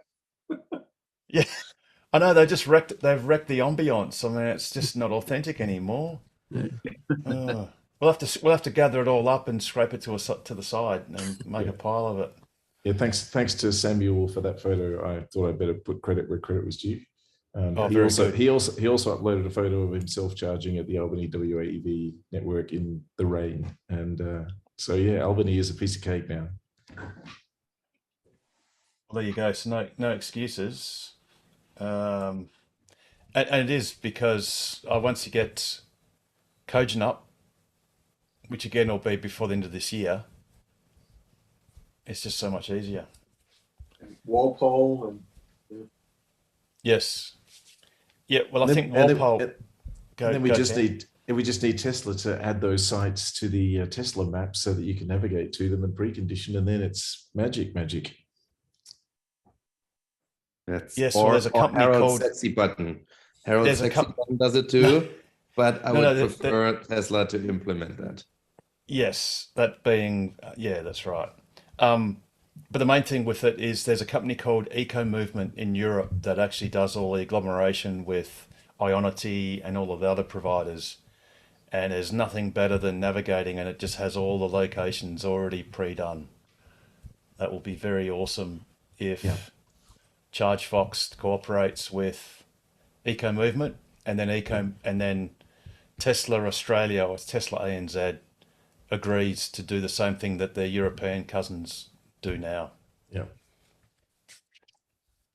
So imagine being at UCLA navigating to Kununurra, and it just shows you the string of pearls. And like you say, Christian, then you don't need my sexy buttons to do preconditioning. Although you still need sexy buttons to. Rather than not visualize your sexy buttons, Harold. Stop it. They're actually useful. I mean, look, and admittedly, Tesla is not supportive. So they do not support the use of dongles and all that sort of thing. So that's a big caveat. but it does stop the stupid auto wipers and auto high beams. Shush, mine hasn't done it yet. Oh, hasn't it? Only a matter of time, Ken. Oh, matter of time. No, mine's perfect.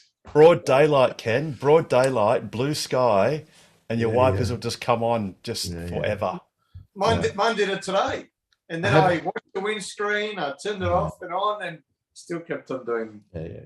I have had the Tesla Vision lunge into a bus bay bug, but that's the only one I've had so far. Actually, Harold, did you? I thought Grindy only said in the latest update, you'll be able to. Oh no. It might just be deep rain that you can turn off. Oh yeah, but that's I didn't really know what deep rain meant. It's just the algorithm that they use to try and train the video cameras to basically place a rain sensor. Yeah, right. But the thing I thought it was just for FSD. I think they're using that only for FSD for some reason. I thought it was somehow linked to that, but I'm not sure.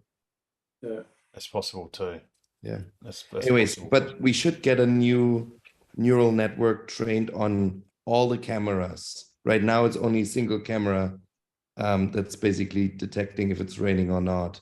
So the next update or one of the next ones should integrate sort of many of them and work out if it's truly raining or if it's a sodium light at night or if it's a bridge that you just crossed under, which somehow looks like rain.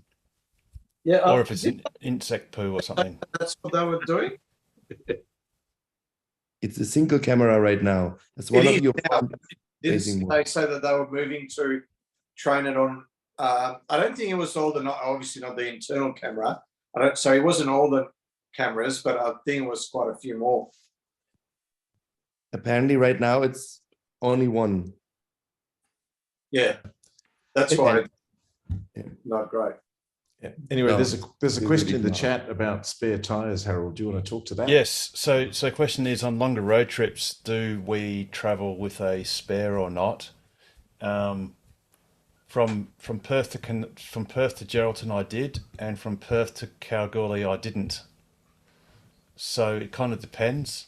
And I've said this many times, but most of the time you just get a slow leak from something like a tech screw.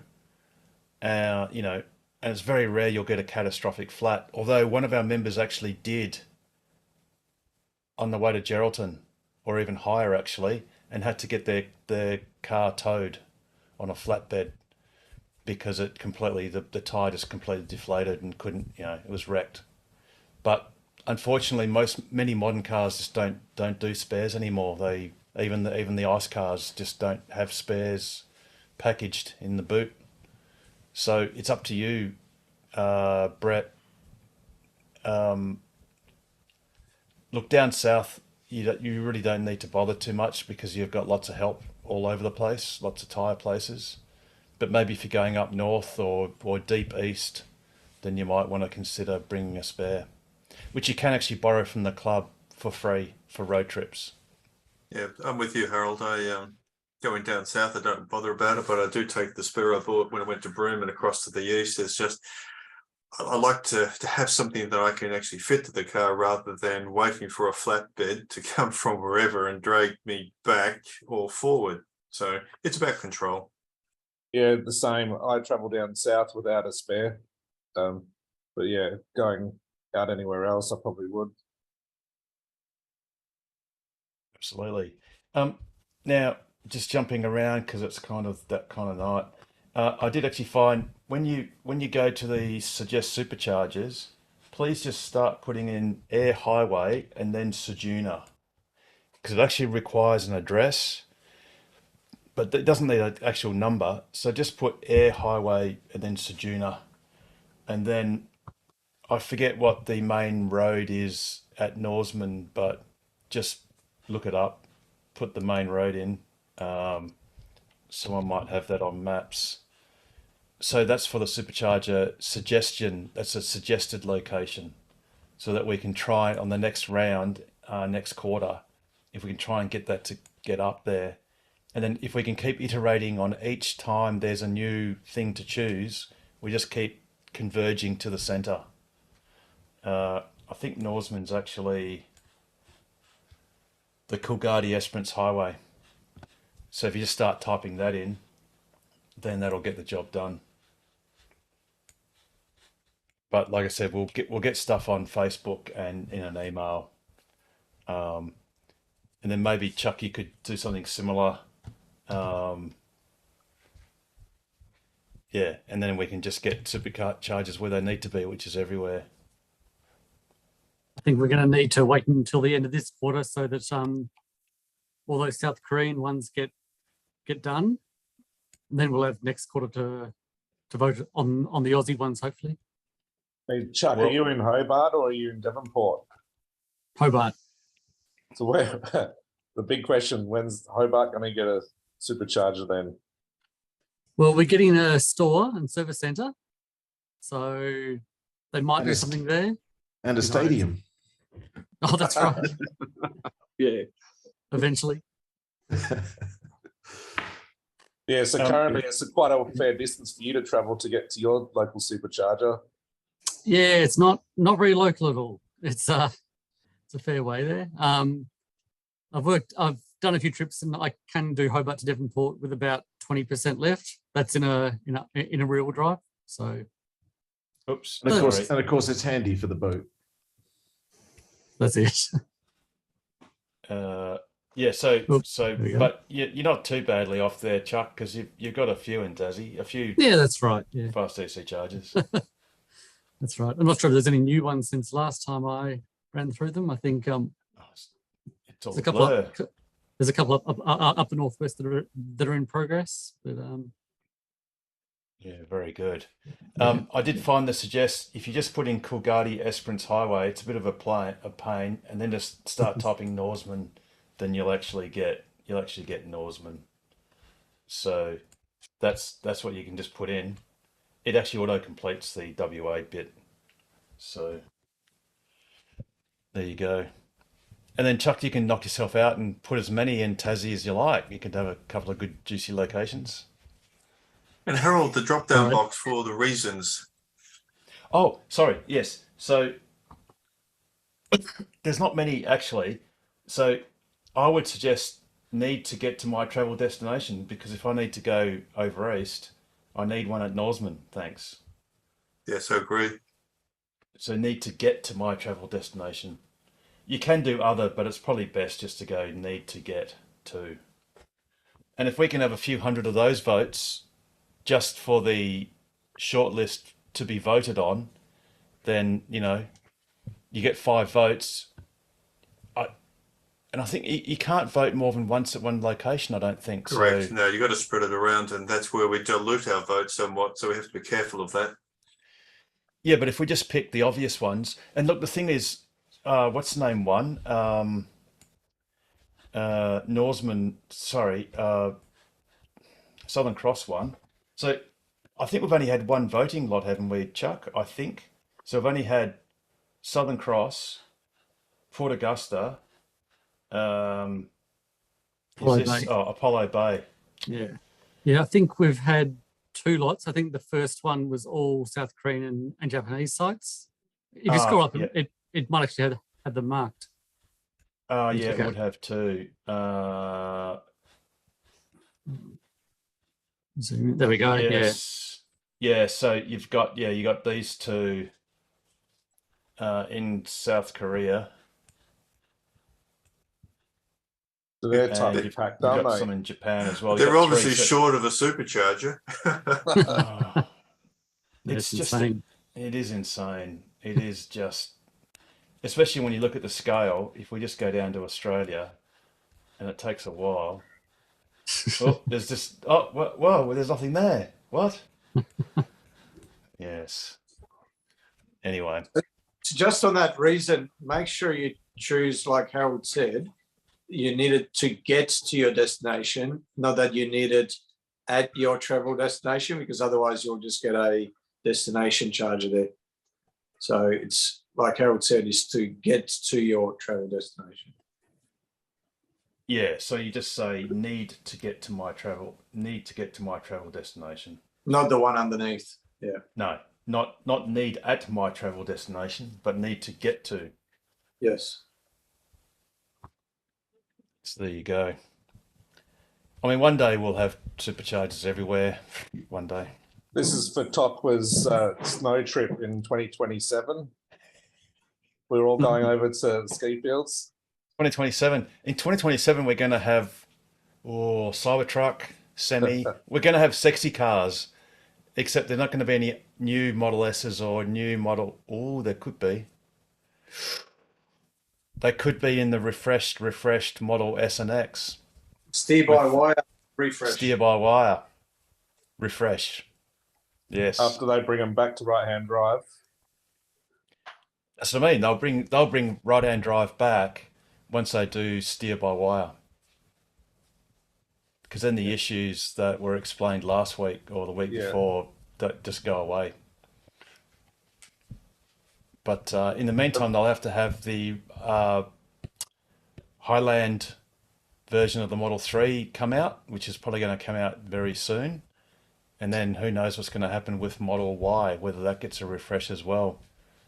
It has Maybe made the my Model single- X worth a bit more now that they're not doing refresh. The That's prices are retaining quite well. Yeah, but don't prang it, Damon. You know, because you can't get it. You can't get new for old. Can't write it off. Well, And what about the long range with a single motor? Oh, Model 3. Yeah, Yes. long range Available in battery, the single UK. motor. Yep. That could come too. You reckon? Yeah. That could be popular in Australia because the longer distances. I don't think they're gonna bother. I think I want to keep it simple. What they have right now seems to working really well. They're moving really. I don't think they're gonna add more complexities. I think, yeah. You are right. They want to keep the production lines simple and keep them all the same. It's like that's why they've got different prices for paint. So ideally they would like to just do all white.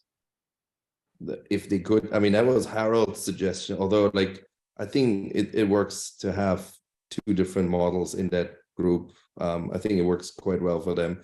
I wonder when they do this box assembly, right? They want to go away from the traditional way of assembling a car, and they want to like do these modules and then bolt it back together. So maybe there are some options like you're suggesting for like just the rear wheel drive thing. Maybe that gives them some modularity to it. We'll see. But I think in the current production scheme, I think they want to keep it as simple as possible.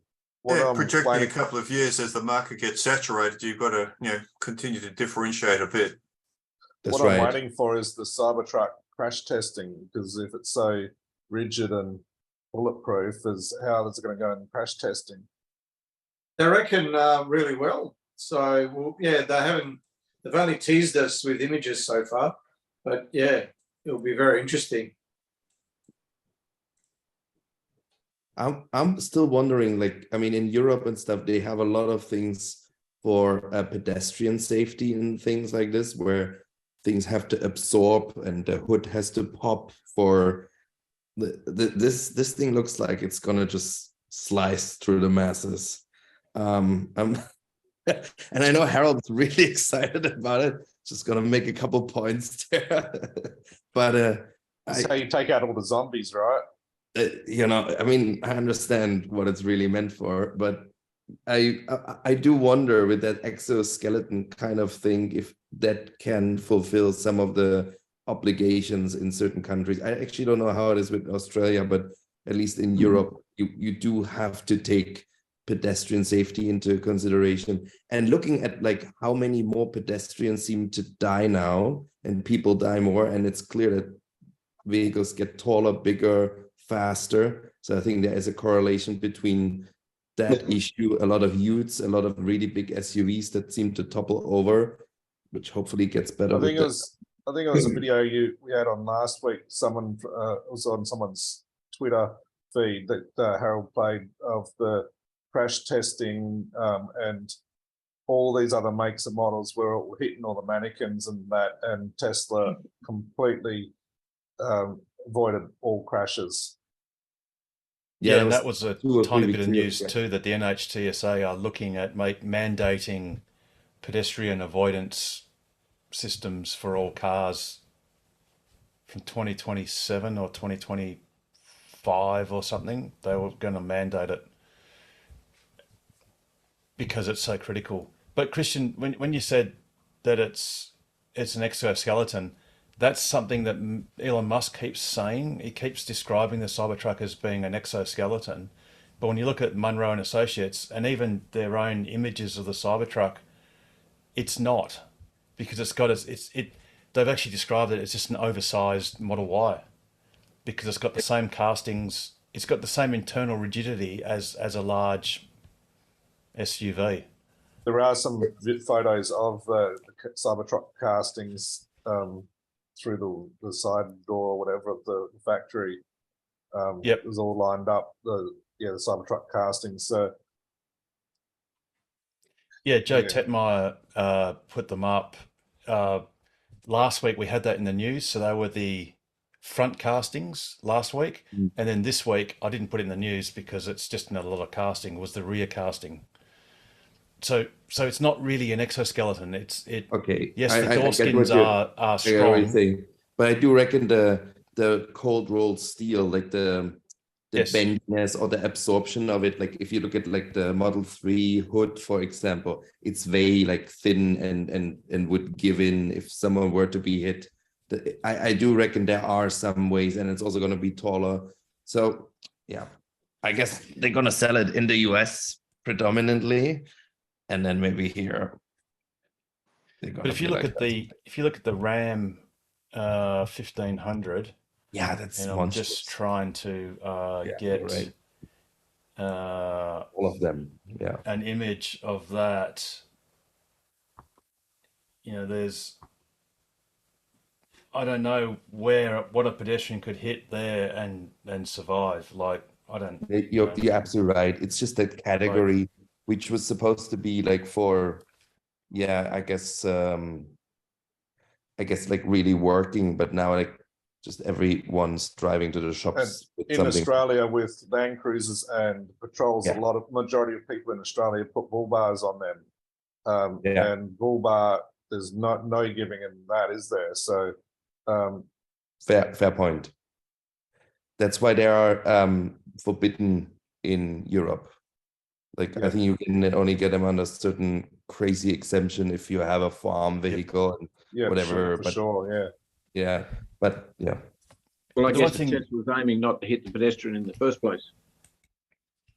Yeah, with these active safety features, 100% agree. Like, I mean, that's really where Tesla's really shining and far beyond anyone else, really is. I mean, I just drove the other day at night and there was someone like just sort of crossing over the street and I picked it up so quickly. I saw it too, but it reacts so quickly. It's amazing. It really is. But definitely in a zombie apocalypse, you want a Cybertruck. And turn off the safety features. That's critical. We got to have a sexy button for that. What does not have a sexy button is something else you mentioned before, Christian, which is the unboxed process. So that's where they'll have pre-assembled, pre-tested subsystems, which they then sort of bolt together at the end of the line, which is, that's just going to be a game changer. And that's going to occur in Mexico at Giga Mexico. And I think Tesla has said that process is going to cause the cost of that, let's call it the Model 2, to be half the production cost of the Model 3/Y. They're gonna kill it. And I think if they nail India too, which I think there's some talk they might do that too, they're just gonna eat everyone else's breakfast. It really is already shocking. One thing I didn't put in the news either, because it's just bad doing monthly statistics, but Model Y was the third most selling vehicle in Australia in May. So it was behind the RAV4 and The something Hilux? else. The Hilux. Hilux. Yep. So, but you know, and unfortunately, I couldn't string together enough articles to get just the first 5 months, or so the first quarter, to see if it was leading in a longer stretch. You know, hopefully maybe by the end of June we'll get like a 6 monthly figure, and then be able to nail it. Because I think Model 3 was still ahead of Model Y year to date, but Model Y is now trouncing Model 3. You know, so by the end of the year, it's going to be Australia's most sold vehicle. But again, you just can't put that sort of stuff in the news until you can prove it. Mr. Chapman, you're not in WA because unless you got very bright studio lights. I'm not. That is No, the River Seine. We are in Paris. Very Hi, good. Nige. You're in Milan, right? Sono a Milano, sì. So Vous êtes en Paris. Oh, look. There's some monstrosity over there. Oh, hang on. Let me just spotlight you for everyone. Ah, le Tour Eiffel. Ah, very good. Very good. So Or are it's you just a borrowing really your, good green screen. Are you borrowing your sister's Model S? No, that's in England. Annoyingly, I didn't know you needed to get an international driver's permit for driving in Europe, because, of course, I've always used my European Union British driving license. I didn't get one in Austria. I didn't need one in Austria, Yes. Richard. Yeah, but you had Austria as part of the European Union. Ah, right. So that killed the hiring a Tesla from Florence to Paris. So we got the train, which was also lovely. It's also an EV too. or maybe not. So many not too EVs many, in Paris. there's not too many EVs in Milan, no? No, nor in Rome.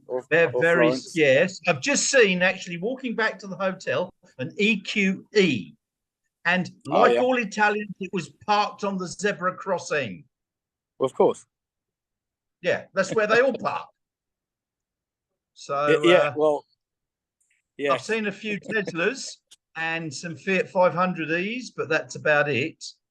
Yes. I think in in Australia, in the first quarter, we sold close to 13,000 Teslas. In Italy, they sold 2,500. What? Wow. I've spoken to a couple of people and I said, what about That's EVs? crazy. No noise, need vroom vroom. Try driving one. Oh, I just went in the Paris Tesla showroom and saw the Model S Plaid up close and personal. Ouch. Does look very cool. Too soon, Richard. Too soon. Too soon. It's too soon. Sorry. Too soon to It's in bring up left-hand to drive scratch that boil. Festering. And there was Why the not just new there was the new Model Y in that maroon color. Oh yes, midnight cherry red. Quite nice. I think the original Tesla Founders Edition one was slightly nicer for me, but it's all subjective. So, but yeah, that was the two cars. They had a red Plaid and that maroon cherry Model Y. Very good. But yeah, and Emma saw the showroom, and of course, then I couldn't resist going in. And also, there's Emma and my mum. It's nice when your mum pops over from England and as you meets you in can, Paris, as you do. Is that a BYO babysitter? Is it? Yes, yes, it is. Got the Powerwall. Yeah, she's got a Powerwall and Solar. She was the project I did in the UK. Project. Which gave me all of the knowledge and info about Teslas and everything. Yeah, how did you not know that? No. 2014. This is when this is the woman you got to thank for Oh, is it? for me There you are, you learned something. being all over it now. All right. Very Who's good. this gentleman?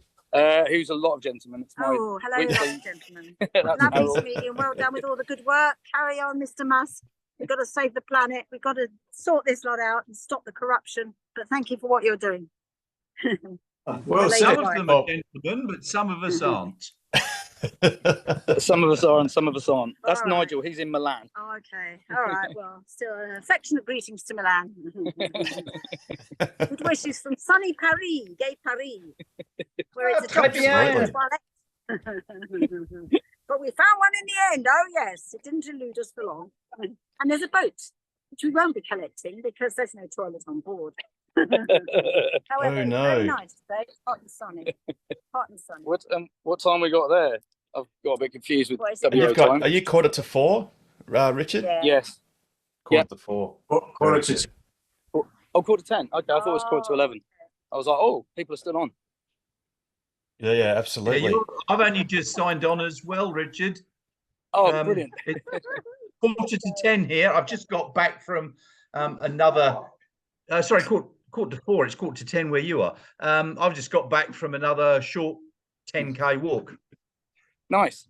So did we, I think, unintentionally. Yeah, That's well, like on put it top. like this. My watch says I've done over 21,000 steps today, which is the lowest number for 4 days. Oh, you slacker. I know. I'm thinking, my poor legs. Yeah. So Nigel, did you say Mercedes EQS or did you say EQE. EQ? Oh, so we don't have that in Australia. I might just sign off, or we just want to come on and say hello and Yeah, no worries, catch up Richard. on YouTube. Safe Enjoy. travels. Well, Happy, Richard. happy holidays. Tesla Hooray. See ya. Good. Mum's going to get a Cybertruck. Oh, very good. No, I'm Yay. not. Sorry. I am No, very get it to fussy Richard. Get it and to very get it to get me simply a. oh, sorry. I need a reservation for a Tesla Semi. He needs And a we'll put it on reservation a- for a semi we'll truck. put it on a boat. Park it on your drive. Oh yeah, that's all right. I've got a plug-in. Yeah, you Got need a plug-in big point. big plug. Is it Very very good. big? Huge. It's very I big. don't know if it would negotiate the gate area. I will find just a go way. through it. No, we'll just go through the gate. That's all right. There's a lot of parked cars either side. That's the problem. The road. I The will road is the just go through them not my too. drive. All right. Have Alrighty. fun. Thanks. Thank See you you. all. Take care, you guys. Very good. Take care. Long live Um, Tesla. Yeah, so the Mercedes EQS, they actually turned over a whole one last month and Well, 9 maybe for the they- year. They'd be pretty exy, the EQS. They're really Yes. expensive. In Australia. This is Australia. So the EQC has done 35 this month and 112 in total this year, calendar year. And the top is obviously. There's the EQE. model- Oh, there is an EQE. EQE. 65. 199. Yep. And just make it a little bit bigger. And you've got obviously Tesla Model Y. So it's actually behind, year to date, it's behind the Model 3. So it's only 8,442 compared to 10,117. But if you look at it, it's more than 2.5 times in May. Ys to 3s. BYD's coming up a bit. Yes. Yep. Well, if you actually add up Tesla and BYD, they make up almost 75% of the complete EV sales for Australia. That is correct. So 8,442, 4,664, and 10,117. And that's 23,223. And then the total is 32,050. And that's 72.46%. Wow. Yeah. So China's going to take over the world with electric cars soon, I reckon. Yeah, Except for absolutely. Italy. I do Why what I not? could to help. Walking around the streets here in Milan, which is very, very busy, the stench from fuel fumes is terrible. Absolutely terrible. I don't know if I've just become more sensitized to it because you don't get a lot of that out in the sticks in WA, but here it's disgusting. You choke on it. And petrol here is between 160, 170 euro up to €2 per litre. So that's double what it is in Australia. And they all want to buy big, expensive petrol guzzling things. Yeah, because of the noise. Well, Because of the noise. yes, that's what they said. Something the Italians might like is the Fiat 500e, which that is the second highest selling car behind the Model Y in Italy this year. Yep. And that's a car you can buy today in New Zealand, but you can't buy it in Australia yet. But doesn't it have a very short range from what I read? Not sure. The other cars you can't buy here that you can buy in New Zealand is the Peugeot E208, the Opel Corsa, that one there, the SsangYong Corando, Fiat 500e, and the Mach-E. So yet, we haven't got Mach-E yet, but New Zealand does. And the Skoda Enyaq. And these are all cars you can get in New Zealand. Not here. Anyway. It'll happen. You can get a lot more variety here in Italy. A hell of a lot. Have you seen any, or you wouldn't, I guess it'd be hard to tell, but any electric scooters? Is that a thing in Italy? 'Cause, you know, scooters are huge, but they're all There's a shitty. lot of scooters. They're parked by the side of the road, you know, like Lime and so on. Heaps and heaps of them. And electric bikes that you can rent. They cost €13 a month, or per mesa. I think that's per month. No, sorry, no, scooter, not the as in. Oh, sorry, yes, like I have. scooter. I've seen a couple of the scooters. Like Scooters. motorbikes. Yeah. I've seen 2 to my knowledge. I don't know what make they were, because one was parked and it got some big batteries sitting on it and no exhaust. But I didn't see what make it was. Another one drove past me and I go, oh, that's quiet. Oh, it must be electric. That's about it. Very good. So how long I are was you just- in Milan for? We leave for Sweden tomorrow. Very good. Well, you should see a few Polestars there or something like that. Yeah, probably. Lots of other EVs. Yeah. And did you see the stats for Norway's EVs? Over 81% were pure battery and only 2 or 3% were petrol and diesel. Yep. The other ones were all plug-ins or had batteries in them. Well, and did you hear the interview with Jim Farley done by Oh, my mate Crichton. yes. Yeah, Bobby Llewellyn. basically. Yes. He basically said that in Norway they sold a year's allocation of Mach-E's. No, sorry, Lightnings. Of the Lightning in Norway in a week. And he actually asked a rhetorical question, what's with those Norwegians? They was buy anything EV. Yes. I mean, you're not going to sell too many of those in Europe because, I mean, here, the streets are so narrow. Some of them you'd be lucky to get a Fiat 500 down with the Yeah, that's right. the rearview mirrors scraping on each side. They are so narrow. Yeah. So 90% at least of the cars here are small hatchbacks. Fiat 500s, little Yaris's, that sort of size car. And there's hundreds of smart cars.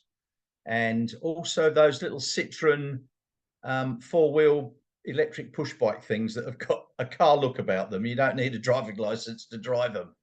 Oh, like the quad, whatever they call them. Like the Asimoto, sort of. Yeah, they're really strange looking things. I did try and take a picture of one. Let me just see if I can pull it up for you in a minute. But they do have some charging around here. They got street chargers where you just park on the street and there's 2 destination chargers there. They've also got some DC chargers that are very much like what the WA government are putting in. They've got a CCS, they've got a bloody CHAdeMO, and then beside them they've got an AC destination Type charger. 2. But Yep. I think it must be 3-phase because it's got 22 kilowatts written on it. Yeah. So hold on, I'll just try and share this. Come on, up you come. Where am I? Right. Let me just share this pretty picture. It's a gorgeous color, isn't it? Oh, green, lime green. Very nice. Yeah, that's an Opel e-Corsa, I think. So up here, there's CCS and CHAdeMO, the black and the blue, and then this guy's plugged into the AC destination type charger on the side of it. And they've got included within it a payment. Tap your credit card. Yes, very good. Very good. So I wonder what that thing is on the side there, Nigel. It looked like a camera, or it looked like where the hose might come out. It was on the right-hand side of that image. Hold on. Just share it again. So just above the Type 2, or above that yeah, you move your mouse up to the upper right-hand corner of that box. Oh, what? Stop it. The round, right. Oh, the There. round there, yeah, Ah. that round thing. That I wonder whether noticed it. that might have been an outlet for a hose, perhaps, or that they've just blanked off, or yeah, that's Possibly, yeah. interesting. I seem to remember, as I was coming up to it from this direction, there was something similar on the other side. Well, but that's where those 2 cables, the CCS and Came so out on, of, go. yeah. Came out of on the other side. Yeah. Yeah, right. Okay. Now I need to go and hunt for this stupid-looking car. I took it. When did I take it? Oh yeah. So here's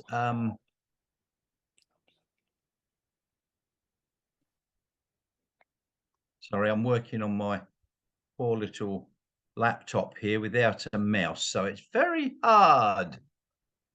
So that's like a destination. Oh yes. Oh, look at the Junction parking. there. Wow, that bumper's pretty close there, Oh. Nigel. Do you know, I have just seen this morning, there were 2 cars parked like that, about that far apart, where the white one wasn't there, and a van reversed in, and he went touch park, touch park, touch park, touch park, touch park, touch park. It took him 10 goes, and he was in. And when he walked off, and I clapped him, I had a look. He'd got no more than about 3 or 4 inches at one end and 6 inches at the other end spare, and he reversed multi-angled parked into it. And it was just amazing. And they do park that bloody close. It's amazing. In Italy, they make their own parallel parking spots, even if there's not enough room. Apparently, some of the drivers purposely don't put their handbrakes on a flat road so that you can actually do that. So you can actually gently bump the cars around and move them out to make your own space. Yeah, I saw a lot of that There when you I was go. there. They push them to and fro. Yeah. Oof. Yeah. So Wow, that that is a look- car. That's an electric car in inverted commas. Looks like plastic. It's plastic. Yes. But that's a Citroen. Citroen, yeah. It is a Citroen. Yeah. It's a Citroen Ami, I think they call it.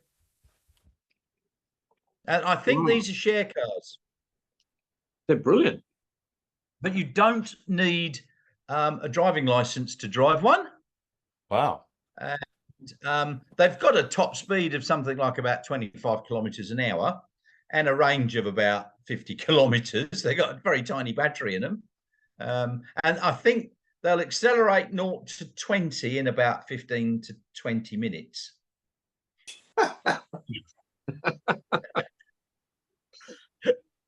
Very good. Very good.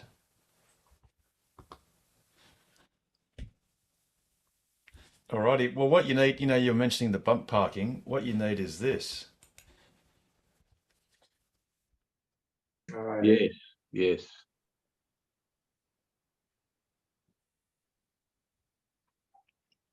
It's pretty cool. Munro's pulled one apart. Well, he's had it. No, they've had a look at the video of the footage, and yeah, it's not very practical. As in, you lose a lot of space. It does look a bit ridiculous, but very cool.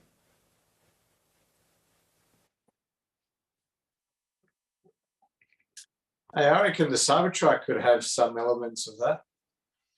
It's got the You could real touch steering. part with that, couldn't you? Yes, you could.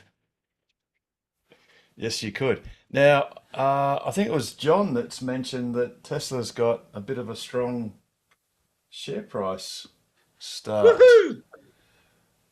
Oh, come on. Here we go. Let's just go and spotlight that for everyone. It was 221, I think, this morning. Up $8.50 nearly, 229, nearly 230, which is a nice thing to see. Nearly made enough to buy another Model Y. Why not? Why not indeed? Which is, yes, it's a very good thing. Go Tesla.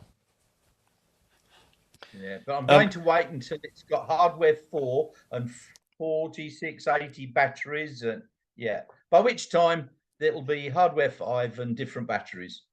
Yes, that's right. They'll have sulfur batteries. Well, the thing too is because, Model Y is already, like S3 has got Project Highland. Model Y already has a variant, which is the structural battery pack with the 4680s. That's already a variant. And then you're going to have the new variant on top of that with hardware 4, which will probably ship out soon. So it's going to be It's like interesting. buying a computer. I'll wait for the next graphics card to come out or the next CPU, by which time it's out of date anyway. Yeah. It's the same with Teslas. You buy one week and 2 weeks later it's out of date because they've gone and changed something just ever so slightly to make And you it might as well slightly enjoy you might as well enjoy the one you have now for whatever time that is, and just buy a second EV and have that in the family. Yeah, I'd enjoy mine, but I'm not there. It's at home. I left it plugged in, charging on Charge HQ with any sun that appears, and I got a notification yesterday or the day before it had reached 100%. Oh, really? How long have you been away from home? I'm in Milan and my car's charged to 100. Brilliant. Well, it has You been can't pretty do that with inclement. many cars, Ken. Can't do that with Absolutely. many cars. And the weather has been pretty inclement in Perth, I believe. So I've heard that there was a nice hailstorm and torrential downpour, but we had beautiful mid-20s sunny weather yesterday. 4 o'clock this morning, we were woken up with a massive thunderstorm. I mean, there thunder and lightning every 5-10 seconds, a massive downpour, and I'm thinking, oh, what we're going to do today. Got up, had breakfast, looked outside, and it's bright and sunny and mid-20s again. almost sounds like you're in Melbourne. No, we only get 2 seasons in one day here, not all 4. Well, this is very true. It's Cool. been wet and cold here. Yeah, it's funny. We got to Melbourne on Saturday, and the guy who I rented the Model Y from said they just had severe thunderstorms go through 2 hours before we arrived, and from then up until we left today, it's been mostly fine the whole time. And now the Perth weather's coming over like now, so we just dodged a bullet. So you got to be lucky sometimes. Has anyone got any other questions or comments? I've been up pretty early today, so doing Chuck's being ahead of Pete's curve, really. Most Harold, of the it's time. Mark here.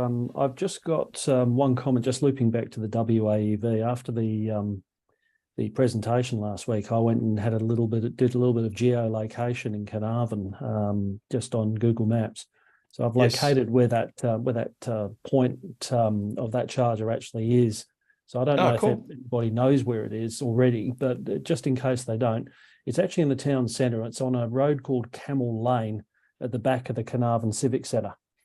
So, and I managed to geolocate it thanks to a palm tree and the shopping centre across the road. So if you want to have a bit of a look at where it's going to be, it's actually quite easy to spot. Camel Lane Bottle Shop, Carnarvon. Camel Lane, so, Carnarvon. Yeah, so it's just down from the bottle shop, but it's on the opposite side of the road. It's in a car park directly behind the is it the Civic Centre or the theatre? Okay, so there's Camel Lane. Yep, just go in and you can see the building that's on a diagonal. Okay, and if you go into satellite photo. Yep. And just go in a little bit more into that car park. This one here? No, the one across. So you can see where the really dark vehicle is. So here. Right near the roadway. Oh, here. Yeah, that's it. In there is exactly where it is. Okay, so 2 seconds. Let me just bring up the image of Carnarvon. So we've got Carnarvon right here. So let me just. Yep. So you see the building in the background. You've got the arch right in between the two boxes. Oops, sorry. That's it. Scroll down and across to the right. Yep. Okay, so you can see the arch. It's quite clear. Oh, there, yes. In between the two boxes, and you've got the palm tree. Now, if you geolocate that on Google Maps, you'll find out exactly where that is. Oh, right, gotcha. So let me just Control L out of that, and yeah, okay. So what you're saying is the arch is here, but we've got to get a different view of that. So if you look directly behind the diagonal building, that little splotch in the paving is where the palm tree is. Ah, yes. Yep. Yep. All right. So if you look directly along that line of that diagonal building back to the corner of the car park, and that's exactly where that charging location is. Yep. Very good. Very good. Yeah, well, hopefully that's something that's going to be up and running.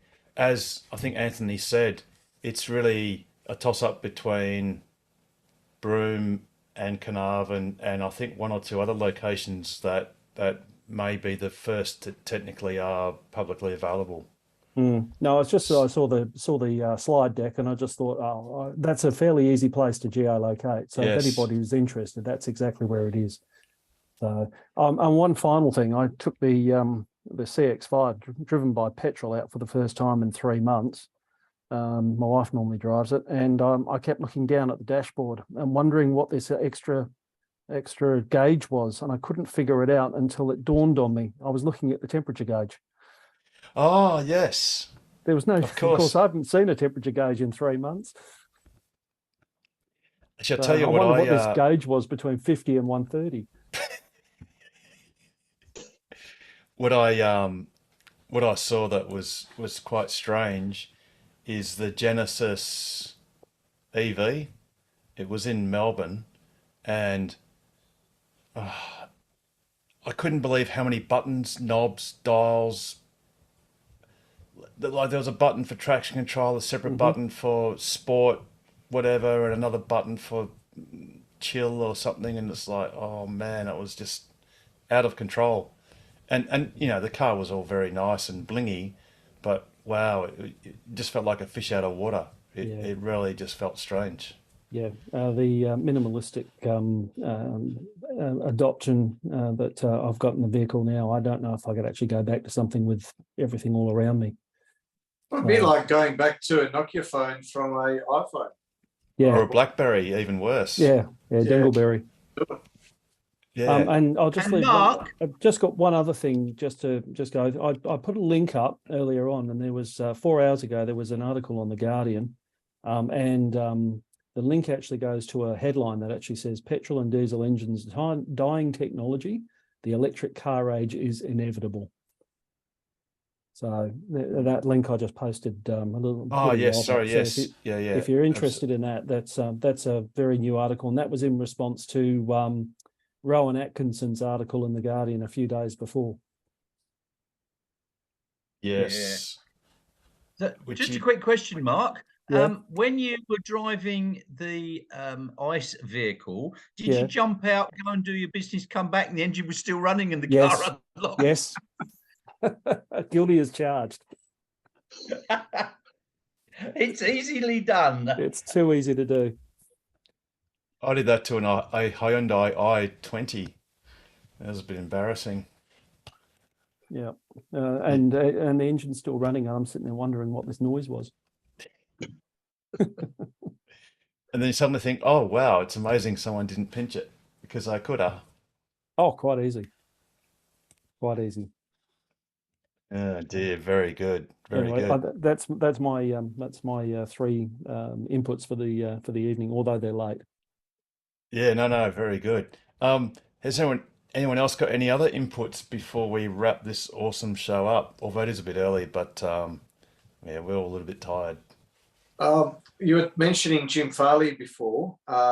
So another thing that he mentioned, it was quite complimentary to Tesla. He said that the reason why he understands why Tesla is so far ahead is because basically the cars are as much about the software as they are about the hardware.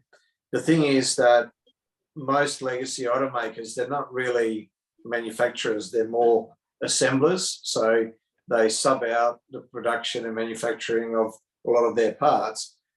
The problem is all the different parts come with different types of software. And then you've got to try and get some sort of an operating system that manages and brings it all together, which is near impossible. So the alternative is to just bring it all back in-house, start from scratch, and have them all using something, a language that is compatible. But that's obviously skills that none of the automakers have. So, well, Jim Farley even said that, like, he sort of prefaced it with, initially it sounds good that you basically source the same components or subcomponents or sub-assemblies off multiple suppliers, and you basically pitch them against each other to extract the cheapest bid. He said it saved about $500 a car doing it that way. Yeah, that's right. But then the problem is you've got, like you said, Pete, you've got all these different bits of software that aren't really compatible with each other. But then he even went on to say that, he said, for example, even if we could, or if we had the skills to reprogram Bosch's, I forget what the actual system he described, I forget what it was, but whatever system, he goes, we're not allowed to because it's their IP. And we'd have to get permission from them. Even if we could have the skills or had the skills, we'd have to get permission from them to alter it. Yeah. And that's just too hard. And yeah, like you said, basically Tesla's done everything in-house. And that's something that Ford, he wants Ford to be able to do, but he obviously concedes that that's extraordinarily difficult. Yeah. And yeah, they really aren't set up to be proper OEMs. They're really just component assemblers or subsystem assemblers even. Some of these things, the Tesla community, especially on Twitter, has been saying for years, and the CEOs of these legacy companies just being, mute the whole time, and now they start sort of opening their mouths and saying things that, some of these Tesla retail investors have been saying for years, and it's like, oh my God, we didn't know why we couldn't hear anything from you. Well, now we know, because it's only now that you're realizing, what Tesla investors have known for years. Yeah. Well, it's the same when Apple first brought out the iPhone, really the first completely clean smartphone, and most people just didn't get it at the start, and now everyone's got one of one sort or another. Speaking of Apple, they just brought out Vision Pro, their VR headset. That looks quite cool. It was about $5.5 released Australian pricing. Yeah, I think it looks a lot cooler from the wearer's point of view than the person that the wearer is observing. When I said cool, I meant nerdy cool, not trendy cool. But we've definitely seen the future. Yeah, I mean the specs are pretty good, but yeah, it is. Yeah, it's still $5.5 probably. What do they say? First quarter next year or sometime next year. Yeah, in America only. In the US. For $5,500 Australian dollars. Yeah, not cheap. But and you see the footage of the father taking 3D video of his kids. And I think it was Marcus Brownlee that said on his video, because he got to use it for about half an hour, although they weren't allowed to film any of the usage. And he sort of said he was quite, the thought that you'd see your fart, like he goes, he was concerned about the people looking at the person taking the video, because you look quite strange, because what you see as your eyes through the, let me see if I can just get this. Very high resolution, equivalent of about 2 times 4K, so 4K for each eye. Yeah, absolutely. Even though that you're saying it's pricey at 5K, people are spending almost $2,000 on a phone these days. It's really, in the scheme of things, it's not that expensive for what it can actually do. That's right. I think it showed. Sorry, I'm just trying to get the bit where you have. It actually presents an avatar. Oh, here it is. Here's the guy when he's talking. Represent you realistically when you're in FaceTime. Your persona dynamically reflects your face and hand movements. I'm doing well, thanks. So when you're chatting, great. So that's all fake, because that's not actually what you look like, because you really look. Well, we can't know what you look like. There's no camera on you. So no, exactly. So it's kind of faking it. But then I think it did show when you were talking to someone, it shows your eyes as well, sort of shining through. Oh, there it is. There's a guy. Right there.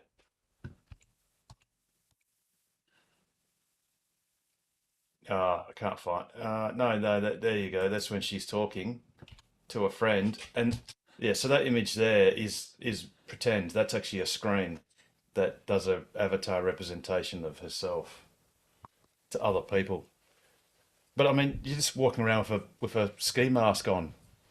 Yeah, it's not just the ski mask, because then you've got a cable that goes into the battery, which goes into your pocket. So and guess how long it lasts for? 2 hours. 2 hours. Yeah. But hey, it's gonna be, everyone's gonna have one. So, but yeah, I mean, in terms of pricing, so Facebook's VR headset is about a tenth of the price. It's about $500. So yeah, and look, you don't look at all stupid wearing one. Seriously, it's totally cool. Well, in the confines of your own home. Well, you could use it out on the ski fields. It'll be fine. Just make sure you wear a motorbike helmet while you're wearing it, right? Yeah, exactly. Oh, and it looked totally cool on an aeroplane. Oh, look, you know what? When people used to wear those big headphones on airplanes to begin with, people thought they looked a bit strange, but now it's normal. You see them on trains and everywhere. So, yeah, give it time. Yes, it's still strange, quite honestly, wearing the cans. Give it time, and they'll have things like this, which will have the little cameras and screens shining into it, and you won't even know. Google Glass. Yeah. Exactly. I mean, I'd rather just hold one of these to my head and Can you hear dear. the sea, Harold? I can actually. Hang on, if I put it onto the microphone, no, it's not going to work. But see, even, Oh. even with that, you need a string or a. Exactly. Yeah. Is it often for a charging location to paint the actual bays before any of the hardware goes down? Is that a normal thing? It's generally done 'Cause I after thought it the was. hardware's gone in. Oh, That's no. what I thought. Quite often it's done before. No, well, what's Sandra was saying that they offer, that's the last thing they do. Oh, for The done. United service station going into Terminal 1 and 2 at Perth Airport. They've got a couple of bays marked there for electric vehicle charging, but But there's no, no no hardware. charges as yet, just the painting on the ground. Yeah. Yeah, right. Yeah, so my wife says no, that's primo parking for her while she waits for one aircraft to land. Because it is only for Where's electric that at, vehicles. Damon? United service station going into Terminal 1 and 2. You know the service Alright. station that's got a roof that looks like a aeroplane wing that sort of goes up like that? Is that a it on top of the roundabout? roof, is it? It's at one of the roundabouts going into Terminal 1 and 2. Okay. There's a fast food pie face shop there. Anyway, there's two EV bays marked up, but on four bays marked up, but apparently on PlugShare they're just going to be Type 2. So Oh, well, I don't hey, understand that's Type fine. 2 at a service station. You're not going to be there for less 5 minutes or whatever. So there's no point for a Type 2. A shopping centre for sure, but not a place where you're just going to, unless you're going to be waiting for aircraft to land. Bit silly at a station, isn't it? I don't see those things because every time I go to the airport, like I left from Terminal 1 and 2 last weekend, I go on the train.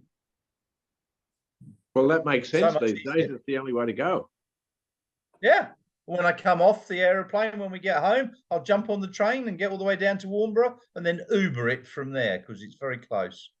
By the way, the reason why it's not a good idea to paint your bays before you put your chargers in is I was there the other day and all 4 of those bays were taken up by ICE cars.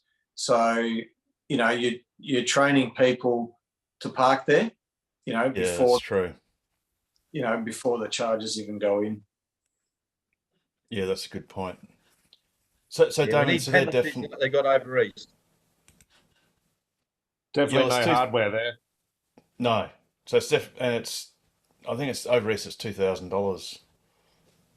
The penalty for I see. parking in a EV bay.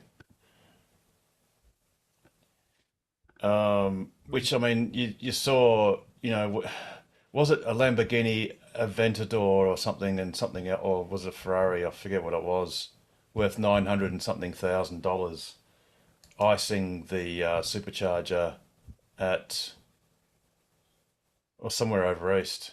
It was in the Driven, and I think it was Runaway an Bay. article by Daniel Bleakley.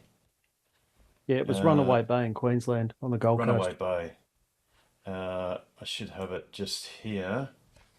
But then, of course, you know, with something worth nearly $1 million, who's going to care about a fine of a couple of grand? Did you, I don't know if you heard, but in Finland, they have speeding fines that are based on your income. It's about 50% of your day's income. And there's a millionaire who just got fined $192,000 Australian for doing 82 in a 50 zone. Yeah, that hit the And that news wasn't here, his guys. first offence. He's wasted $500,000 over the last couple of years in small speeding fines. Maybe they should fine you according to the price of the car. Absolutely. So that's one of them. And then the other one is this one. McLaren. Yeah, they're on you gutsy 10%. people that park their cars there like that, especially those cars. Very gutsy. Yeah, so according to the Guardian, the blocking access to a charging station in Queensland carries a maximum fine of 20 penalty units, which is $2,875. Wow. But the Ouch. Lamborghini Aventador only costs $949,640. So it's one way to stop and put a concrete speed hump in. Yeah, that's right, because there's certainly not a lot of space on that, what's the name? Air dam. There's not a lot. They struggle to get over speed humps anyway. Yes. And yet, I presume their 0 to 100 is probably slower than, I don't know. Well, certainly a Plaid, but I don't know. Well, that was the comment, Harold. I think that was the comment. Was that someone said that they probably got a little bit ticked off that their very expensive vehicles got blown into the weeds by something that was around about a tenth of the price. And that would really annoy you, wouldn't it? Because back in the old days, to get anything less than 5 seconds, even the WRX, I think, had a 5 in front of it. Anything less than 5 is kind of really hard to do, unless it's an EV. But anyway, cool. But I think all right. The one that took the cake was actually the picture of the guy with the Wank Panzer that with a trailer on it that took up 7 bays in one hit. Yes. At Eton. Yeah. Yeah. It's just activism. It's just activism, in a negative sense. Yeah. That's all right. There was a Nissan with a boat on the back at Williams that took up all 3 bays. Yeah. Oh. Yeah. Awesome. So Nigel, go Nigel. Yeah, I've just got a couple more interesting photos. I walked past a BMW Mini dealership, Mini electric, but the sign's upside down, so I don't know if that's coming to Australia soon. But that actually looks like a very nice car. I don't think it's very efficient, but it just looks like a nice car. And on the other side of the showroom, there was this BMW iX. Oh, yes. When I was looking at it, the salespeople got all excited. There's a few of those in already, Nigel. Yes, yeah. Hold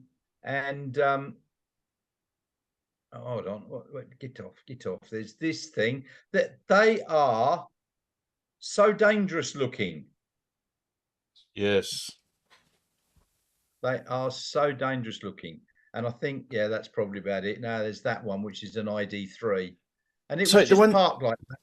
The one you had before, Nigel, is that the one that actually it makes itself narrower or wider? No, not that one. No. Oh, okay. But you see how they park brilliantly. Yes. It was parked, there was no one near it. Yeah, right. Yes. Oh dear. Those it's Italians. Just, another bloody world over here. And as I said, they just park on the zebra crossing. As I was about to cross on the zebra crossing, guy just pulled up, nearly hit me, and stopped and got out and walked off. And I'm about to cross onto the zebra crossing. He nearly went over my foot. I said a few words to him. What I like to show, Italian. what I like to show is the Model Y that went off that 300-foot cliff about the center of the time that hit the news headlines that everyone survived. So I show people that it's like the complete wreckage and everyone survived, and people can't believe it. Yeah. Now Nigel just put up the BYD Seal, which is 0 to 103.8 seconds. With a very long claimed range, an 82.5 kilowatt-hour battery. It's a respectable efficiency at that. If that, who knows what sort of range that's based on? Whether it could be any DC. The Chinese one. WLTP.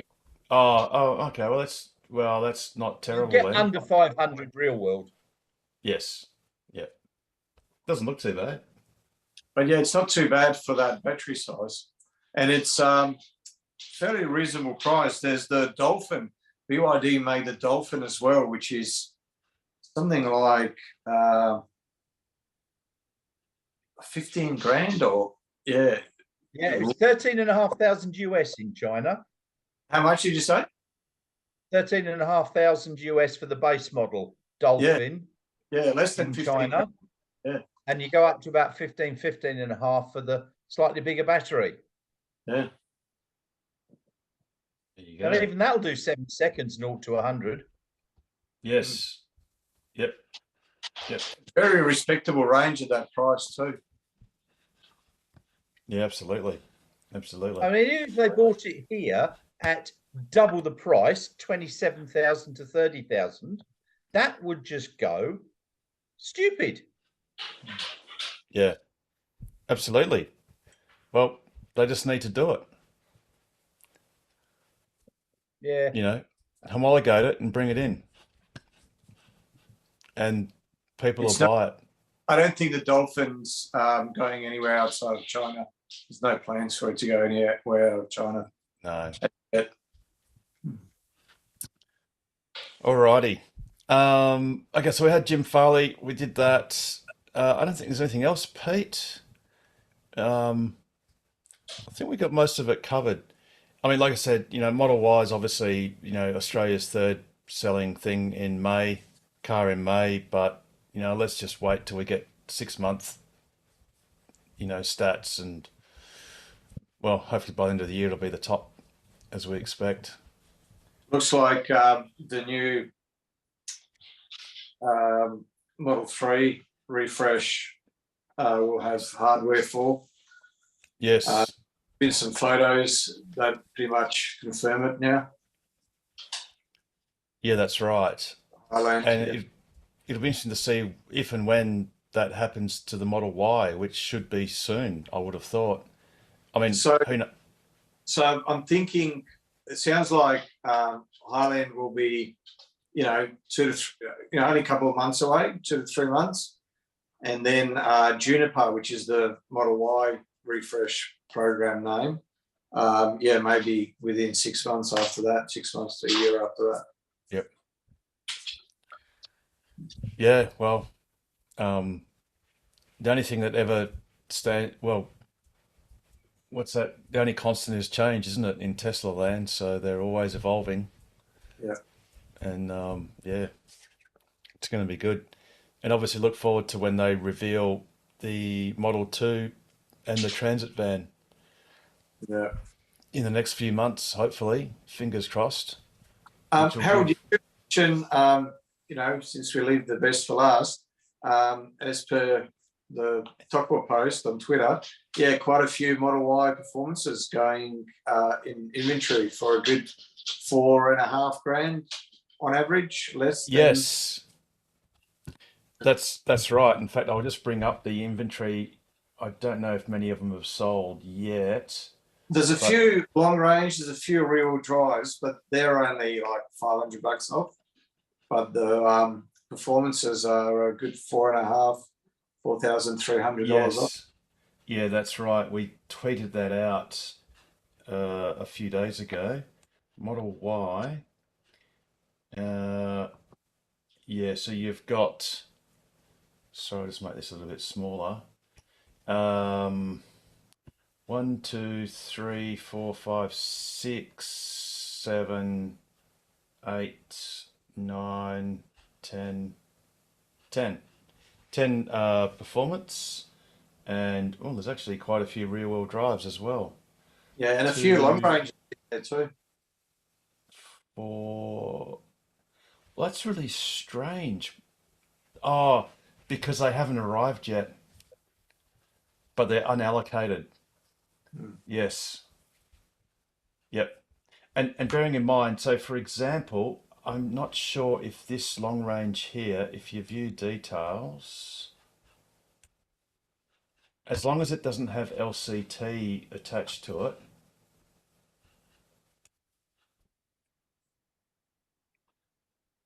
Oh no, this has got luxury car tax, so you can't get the midnight silver. It's So because what?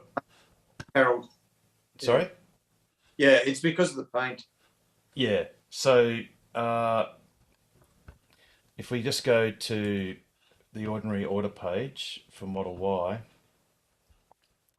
and order, if you see the long range in Poverty Pearl White, there's no LCT, so that actually qualifies. Yep. But if you do anything, I think any option, it'll get you out of that category. But then I forget who it was last week that explained that the LCT threshold's going up several $1,000s. 89,200 odd. Yeah. Yeah. Yeah, that's what I said last week. Yes. Yeah, that was you, Nigel. Yes. From the 1st of July. So that will all of a sudden come back under and no luxury car tax. Yeah. Yeah, absolutely.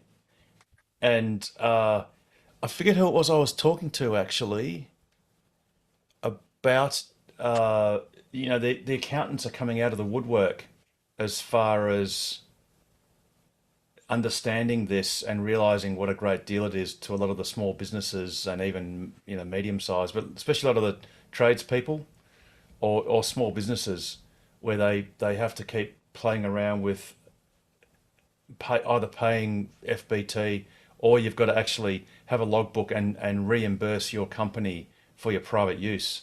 And now that you just don't have to do that and it's exempt. But the car has to have been bought after the 1st of July last year. Correct. Yes. Yep. And any time going forwards.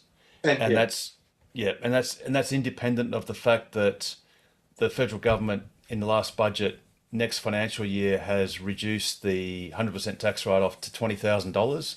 That asset write-off, that only applies to assets that aren't EVs, that are compliant. So as long as your EV is less than, as long as there's no LCT attached to it, you get 100% depreciation from day one, which is really awesome. Cool. Alrighty. No last drinks? Nope. Okay. Pete, how would you see out an awesome show like this? As always, stay safe, stay sustainable, and stay ahead of the curve. And the best way to do that is buy a Tesla, join Tokwa, and ask us anything about accelerating the world's transition to sustainable energy. Have another wonderful week, everyone. Really look forward to seeing you on next week's episode of Ask Us Anything. Yeah, Good night, can't everyone. make any predictions about where I'll be. See yous. Enjoy yourself, Nigel. See you, Nigel. I'll be in Good night, Stockholm, everyone. I think. See you then. Look out for the syndrome.